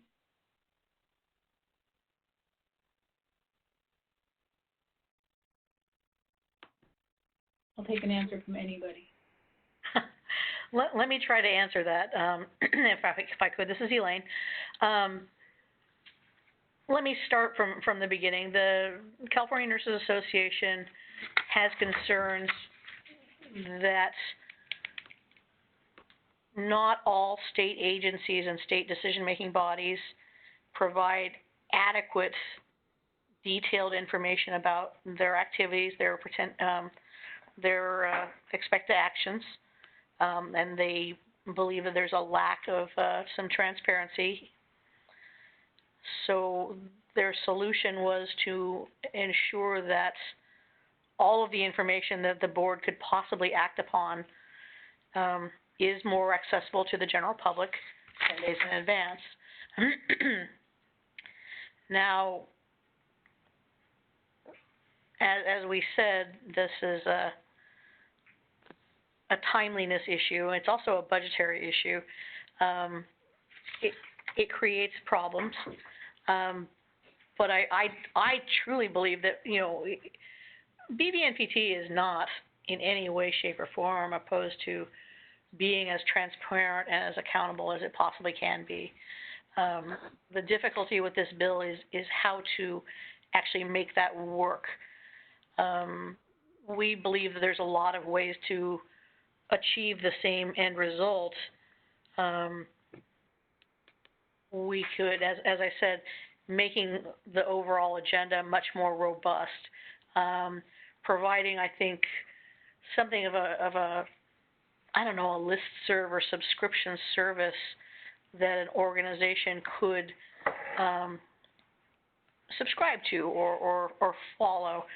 But essentially, it's never been the process. It's never been our practice to not provide information upon request. It's just that when that information is available, has been the obstacle. We have not been able to have everything completed, run through legal, and ADA compliant 10 days in advance.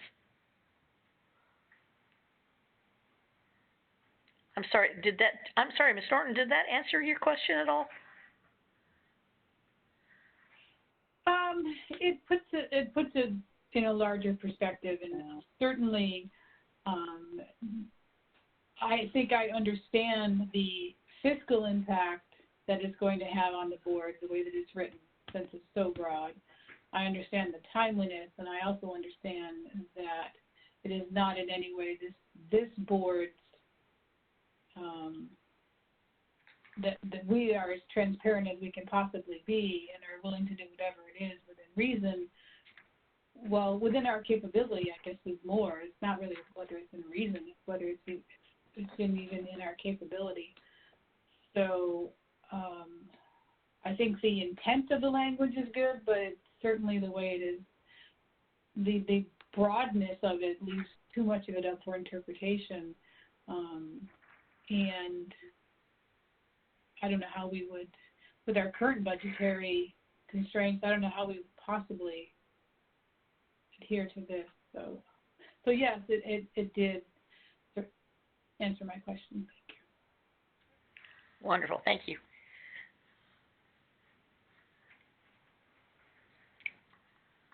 Thank you.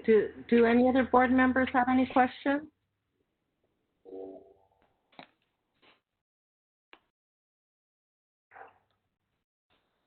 So there's a motion that came out of committee to oppose AB 2028. It does not require a second because it came out of the committee. Donna, your hand is raised again.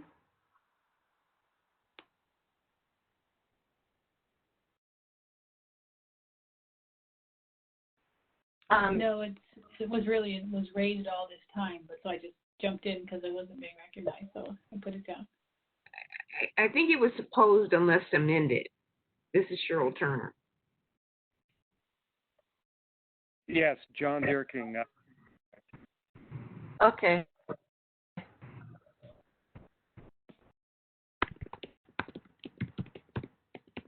Thank you. Sorry. Further discussion by board members?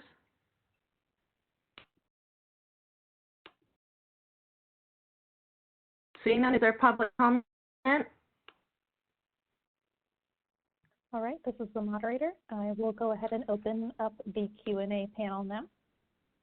Members of the public, if you scroll down, you should be able to access the Q&A portion. If you would like to make a public comment, please click on the icon with a question mark within a square located at the bottom center of your Webex screen. We'll share the instructions on how to do that on the screen in just a moment.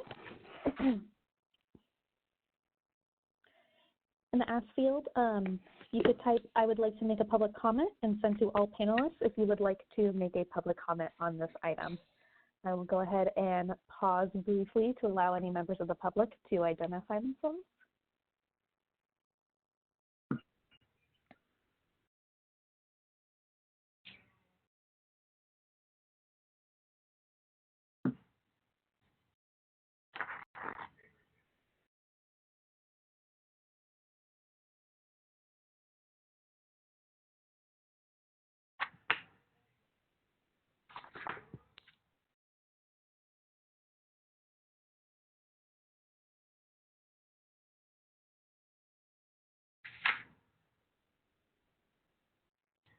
Right, Board President, it looks like we don't have any requests for public comment. Would you like me to close the Q&A feature now?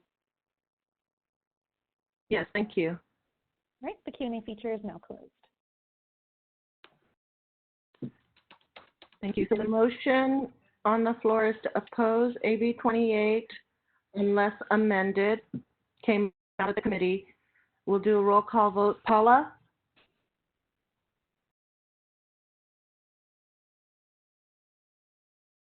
Paula Missoula, yes. Bernice?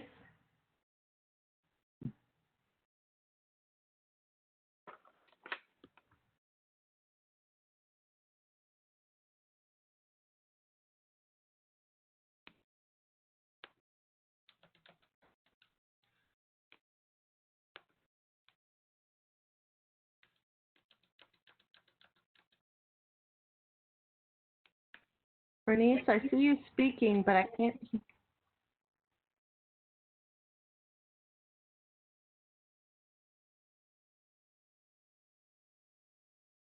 Again, this is Bernice Basti-Martinez. Yes. Thank you, Bernice. Alita? Alita Carpenter, yes. John? John Deerking, yes.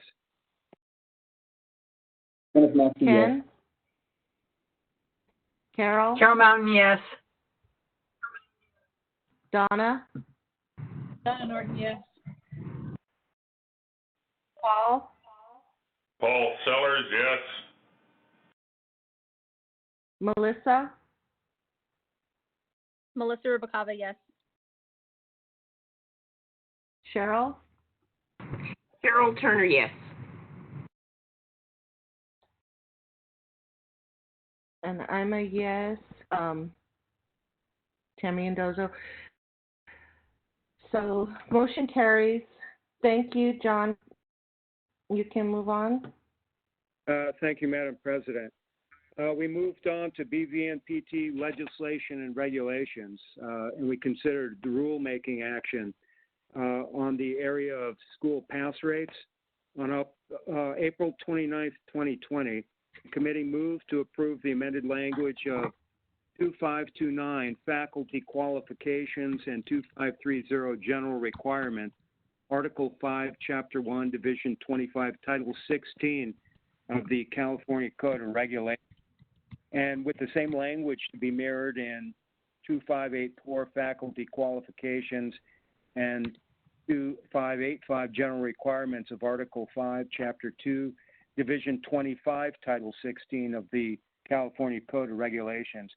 The amended language with strike-through and commentary has been provided with the packets, and it was moved that the board authorize the staff or the executive officer to begin the regulatory process to amend Title 16, Division 25, Chapter 1, Article 5, Sections 2529 and 2530 for vocational nurses, and Title 16, Division 25, Chapter 2, Article 5, Sections 2584 and 2585 to reflect the language detailed in the committee's report. So that is our recommendation, Madam President. Thank you, John. Do board have questions?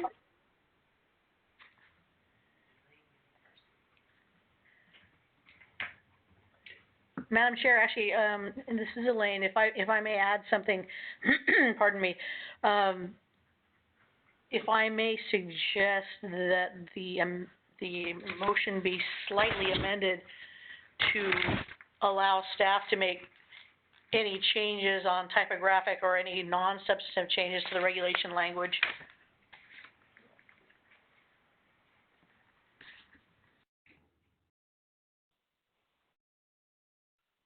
John Deerkin would be okay with that. That's my understanding of the process regarding non-technical and substantive changes.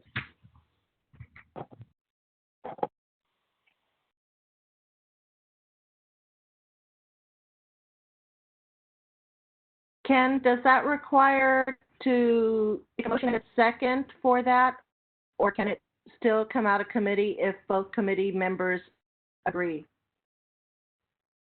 It's sufficient if both committee members agree. Alita Carpenter, I agree. Yeah, John Deerkin also agreed.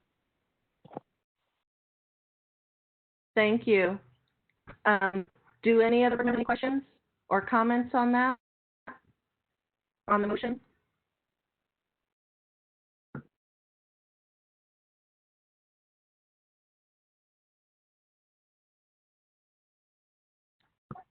Seeing none, any public comment? All right, this is the moderator. I will go ahead and open the Q&A panel for public comment. Members of the public should be able to access the Q&A feature at the bottom of your screen. And if you would like to make a public comment, If you could please type, I would like to make a comment in the ask field on the lower right of your screen and hit enter or send to all panelists. I will go ahead and give the public a little bit of time to see if anyone would like to ask a question. Thank you.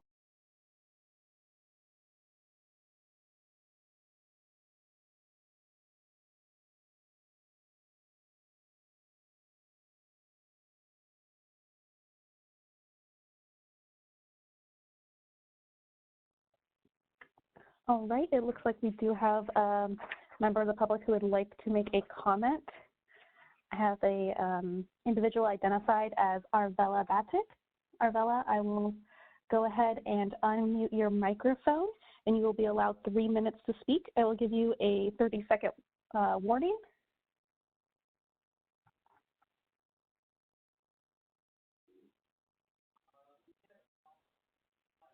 All right, Arvella, your mic is unmuted, and you can begin. Great, thanks.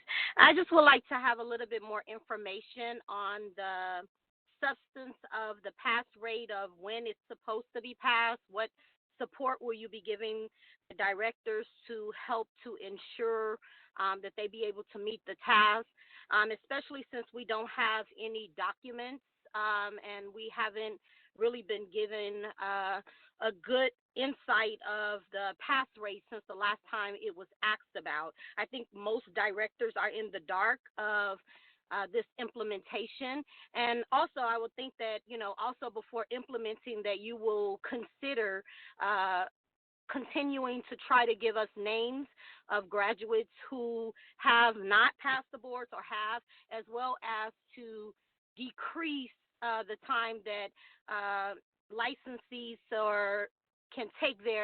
applicants can take their license, especially leaving it just broad and open at any time. I think, to be giving us a little bit more support would be very helpful. Thank you. Madam Chair, this is Ken Swenson. The comment is not germane to the pending motion, so it can't be discussed. It could be taken up as a potential future agenda item for the next meeting, but it can't be discussed at this meeting. Thank you. Thank you, Ken. Thank you for your comment.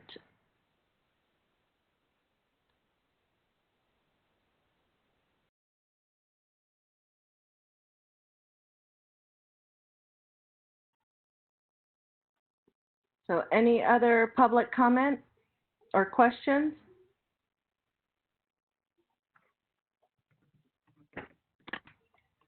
This is the moderator. It looks like we do not have any other individuals who would like to make a public comment. So I will go ahead and close the Q&A feature now. Thank you. And then, Board President, did you want to take a break at any point? I'm thinking maybe after we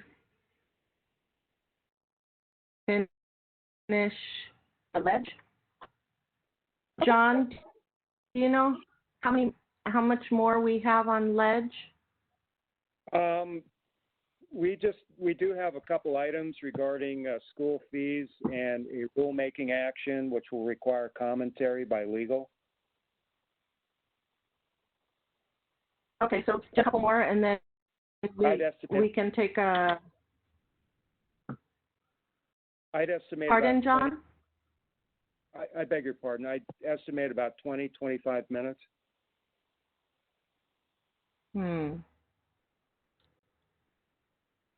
Okay. I think that maybe we'll take a quick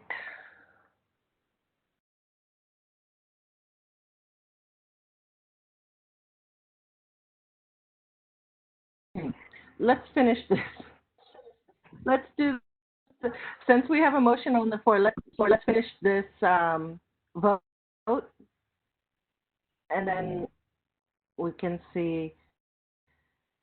So the motion that came out of committee is that the board authorize the staff or executive officer to begin the regulatory process to amend Title 16 Division 25, Chapter 1, Article 5, Sections 2529 and 2530 for vocational nursing, vocational nurses, and Title 16, Division 25, Chapter 2, Article 5, Sections 2584 and 2585 to reflect that the language detailed in the committee's report, and allow staff to make non-substantiated changes.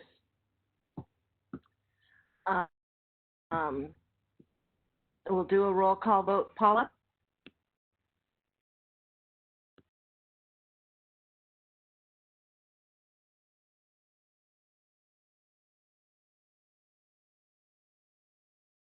I'm sorry.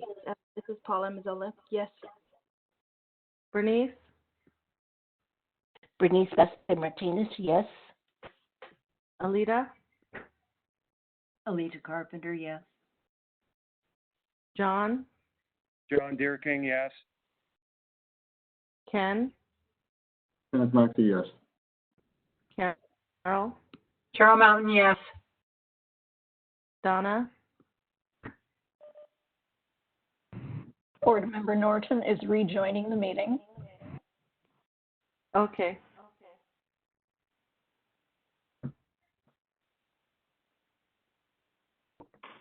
This is a moderator. So we'll I've promoted on. Board Member Norton back up to a panelist.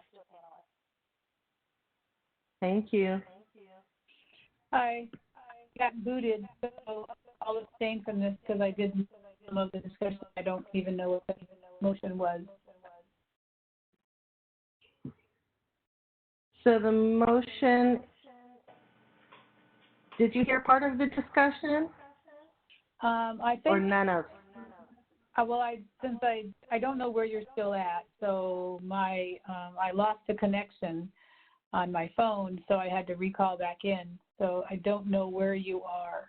If you can tell me where you currently are. I was only off for a matter of a few minutes, but.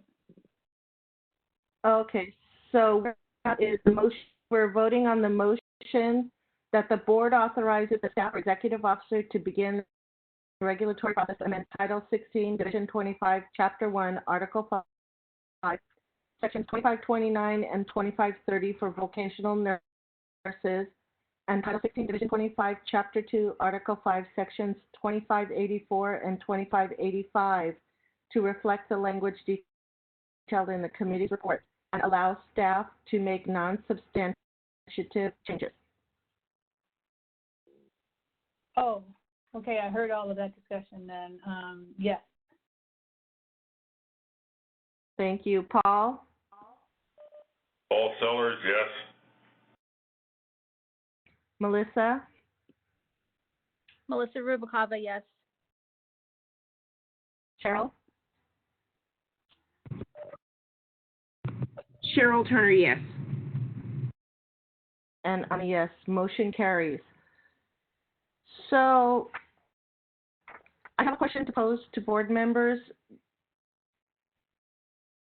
Do we want to finish the Leg-Reg committee and then take a break, or do we want to take a break and then finish Leg-Reg? If I could have a show of hands who want to break now.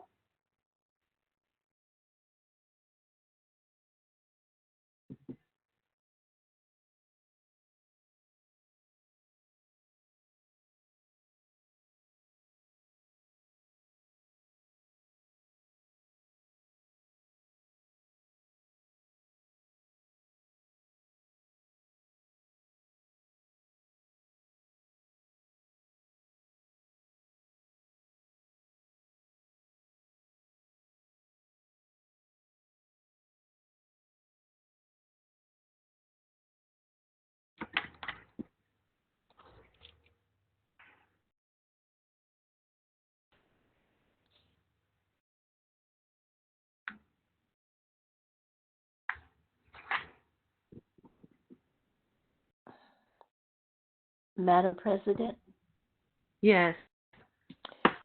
As a potential alternative, if we took a very short break at this time, 10 minutes, and then come back, and in between the break for closed session and the starting a closed session probably take a little longer, like maybe 30 minutes or so,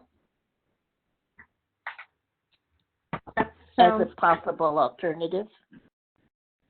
So why don't we do 15 minutes, come back at 1:15, and then we should be able to hopefully finish the rest of this and then go into closed session.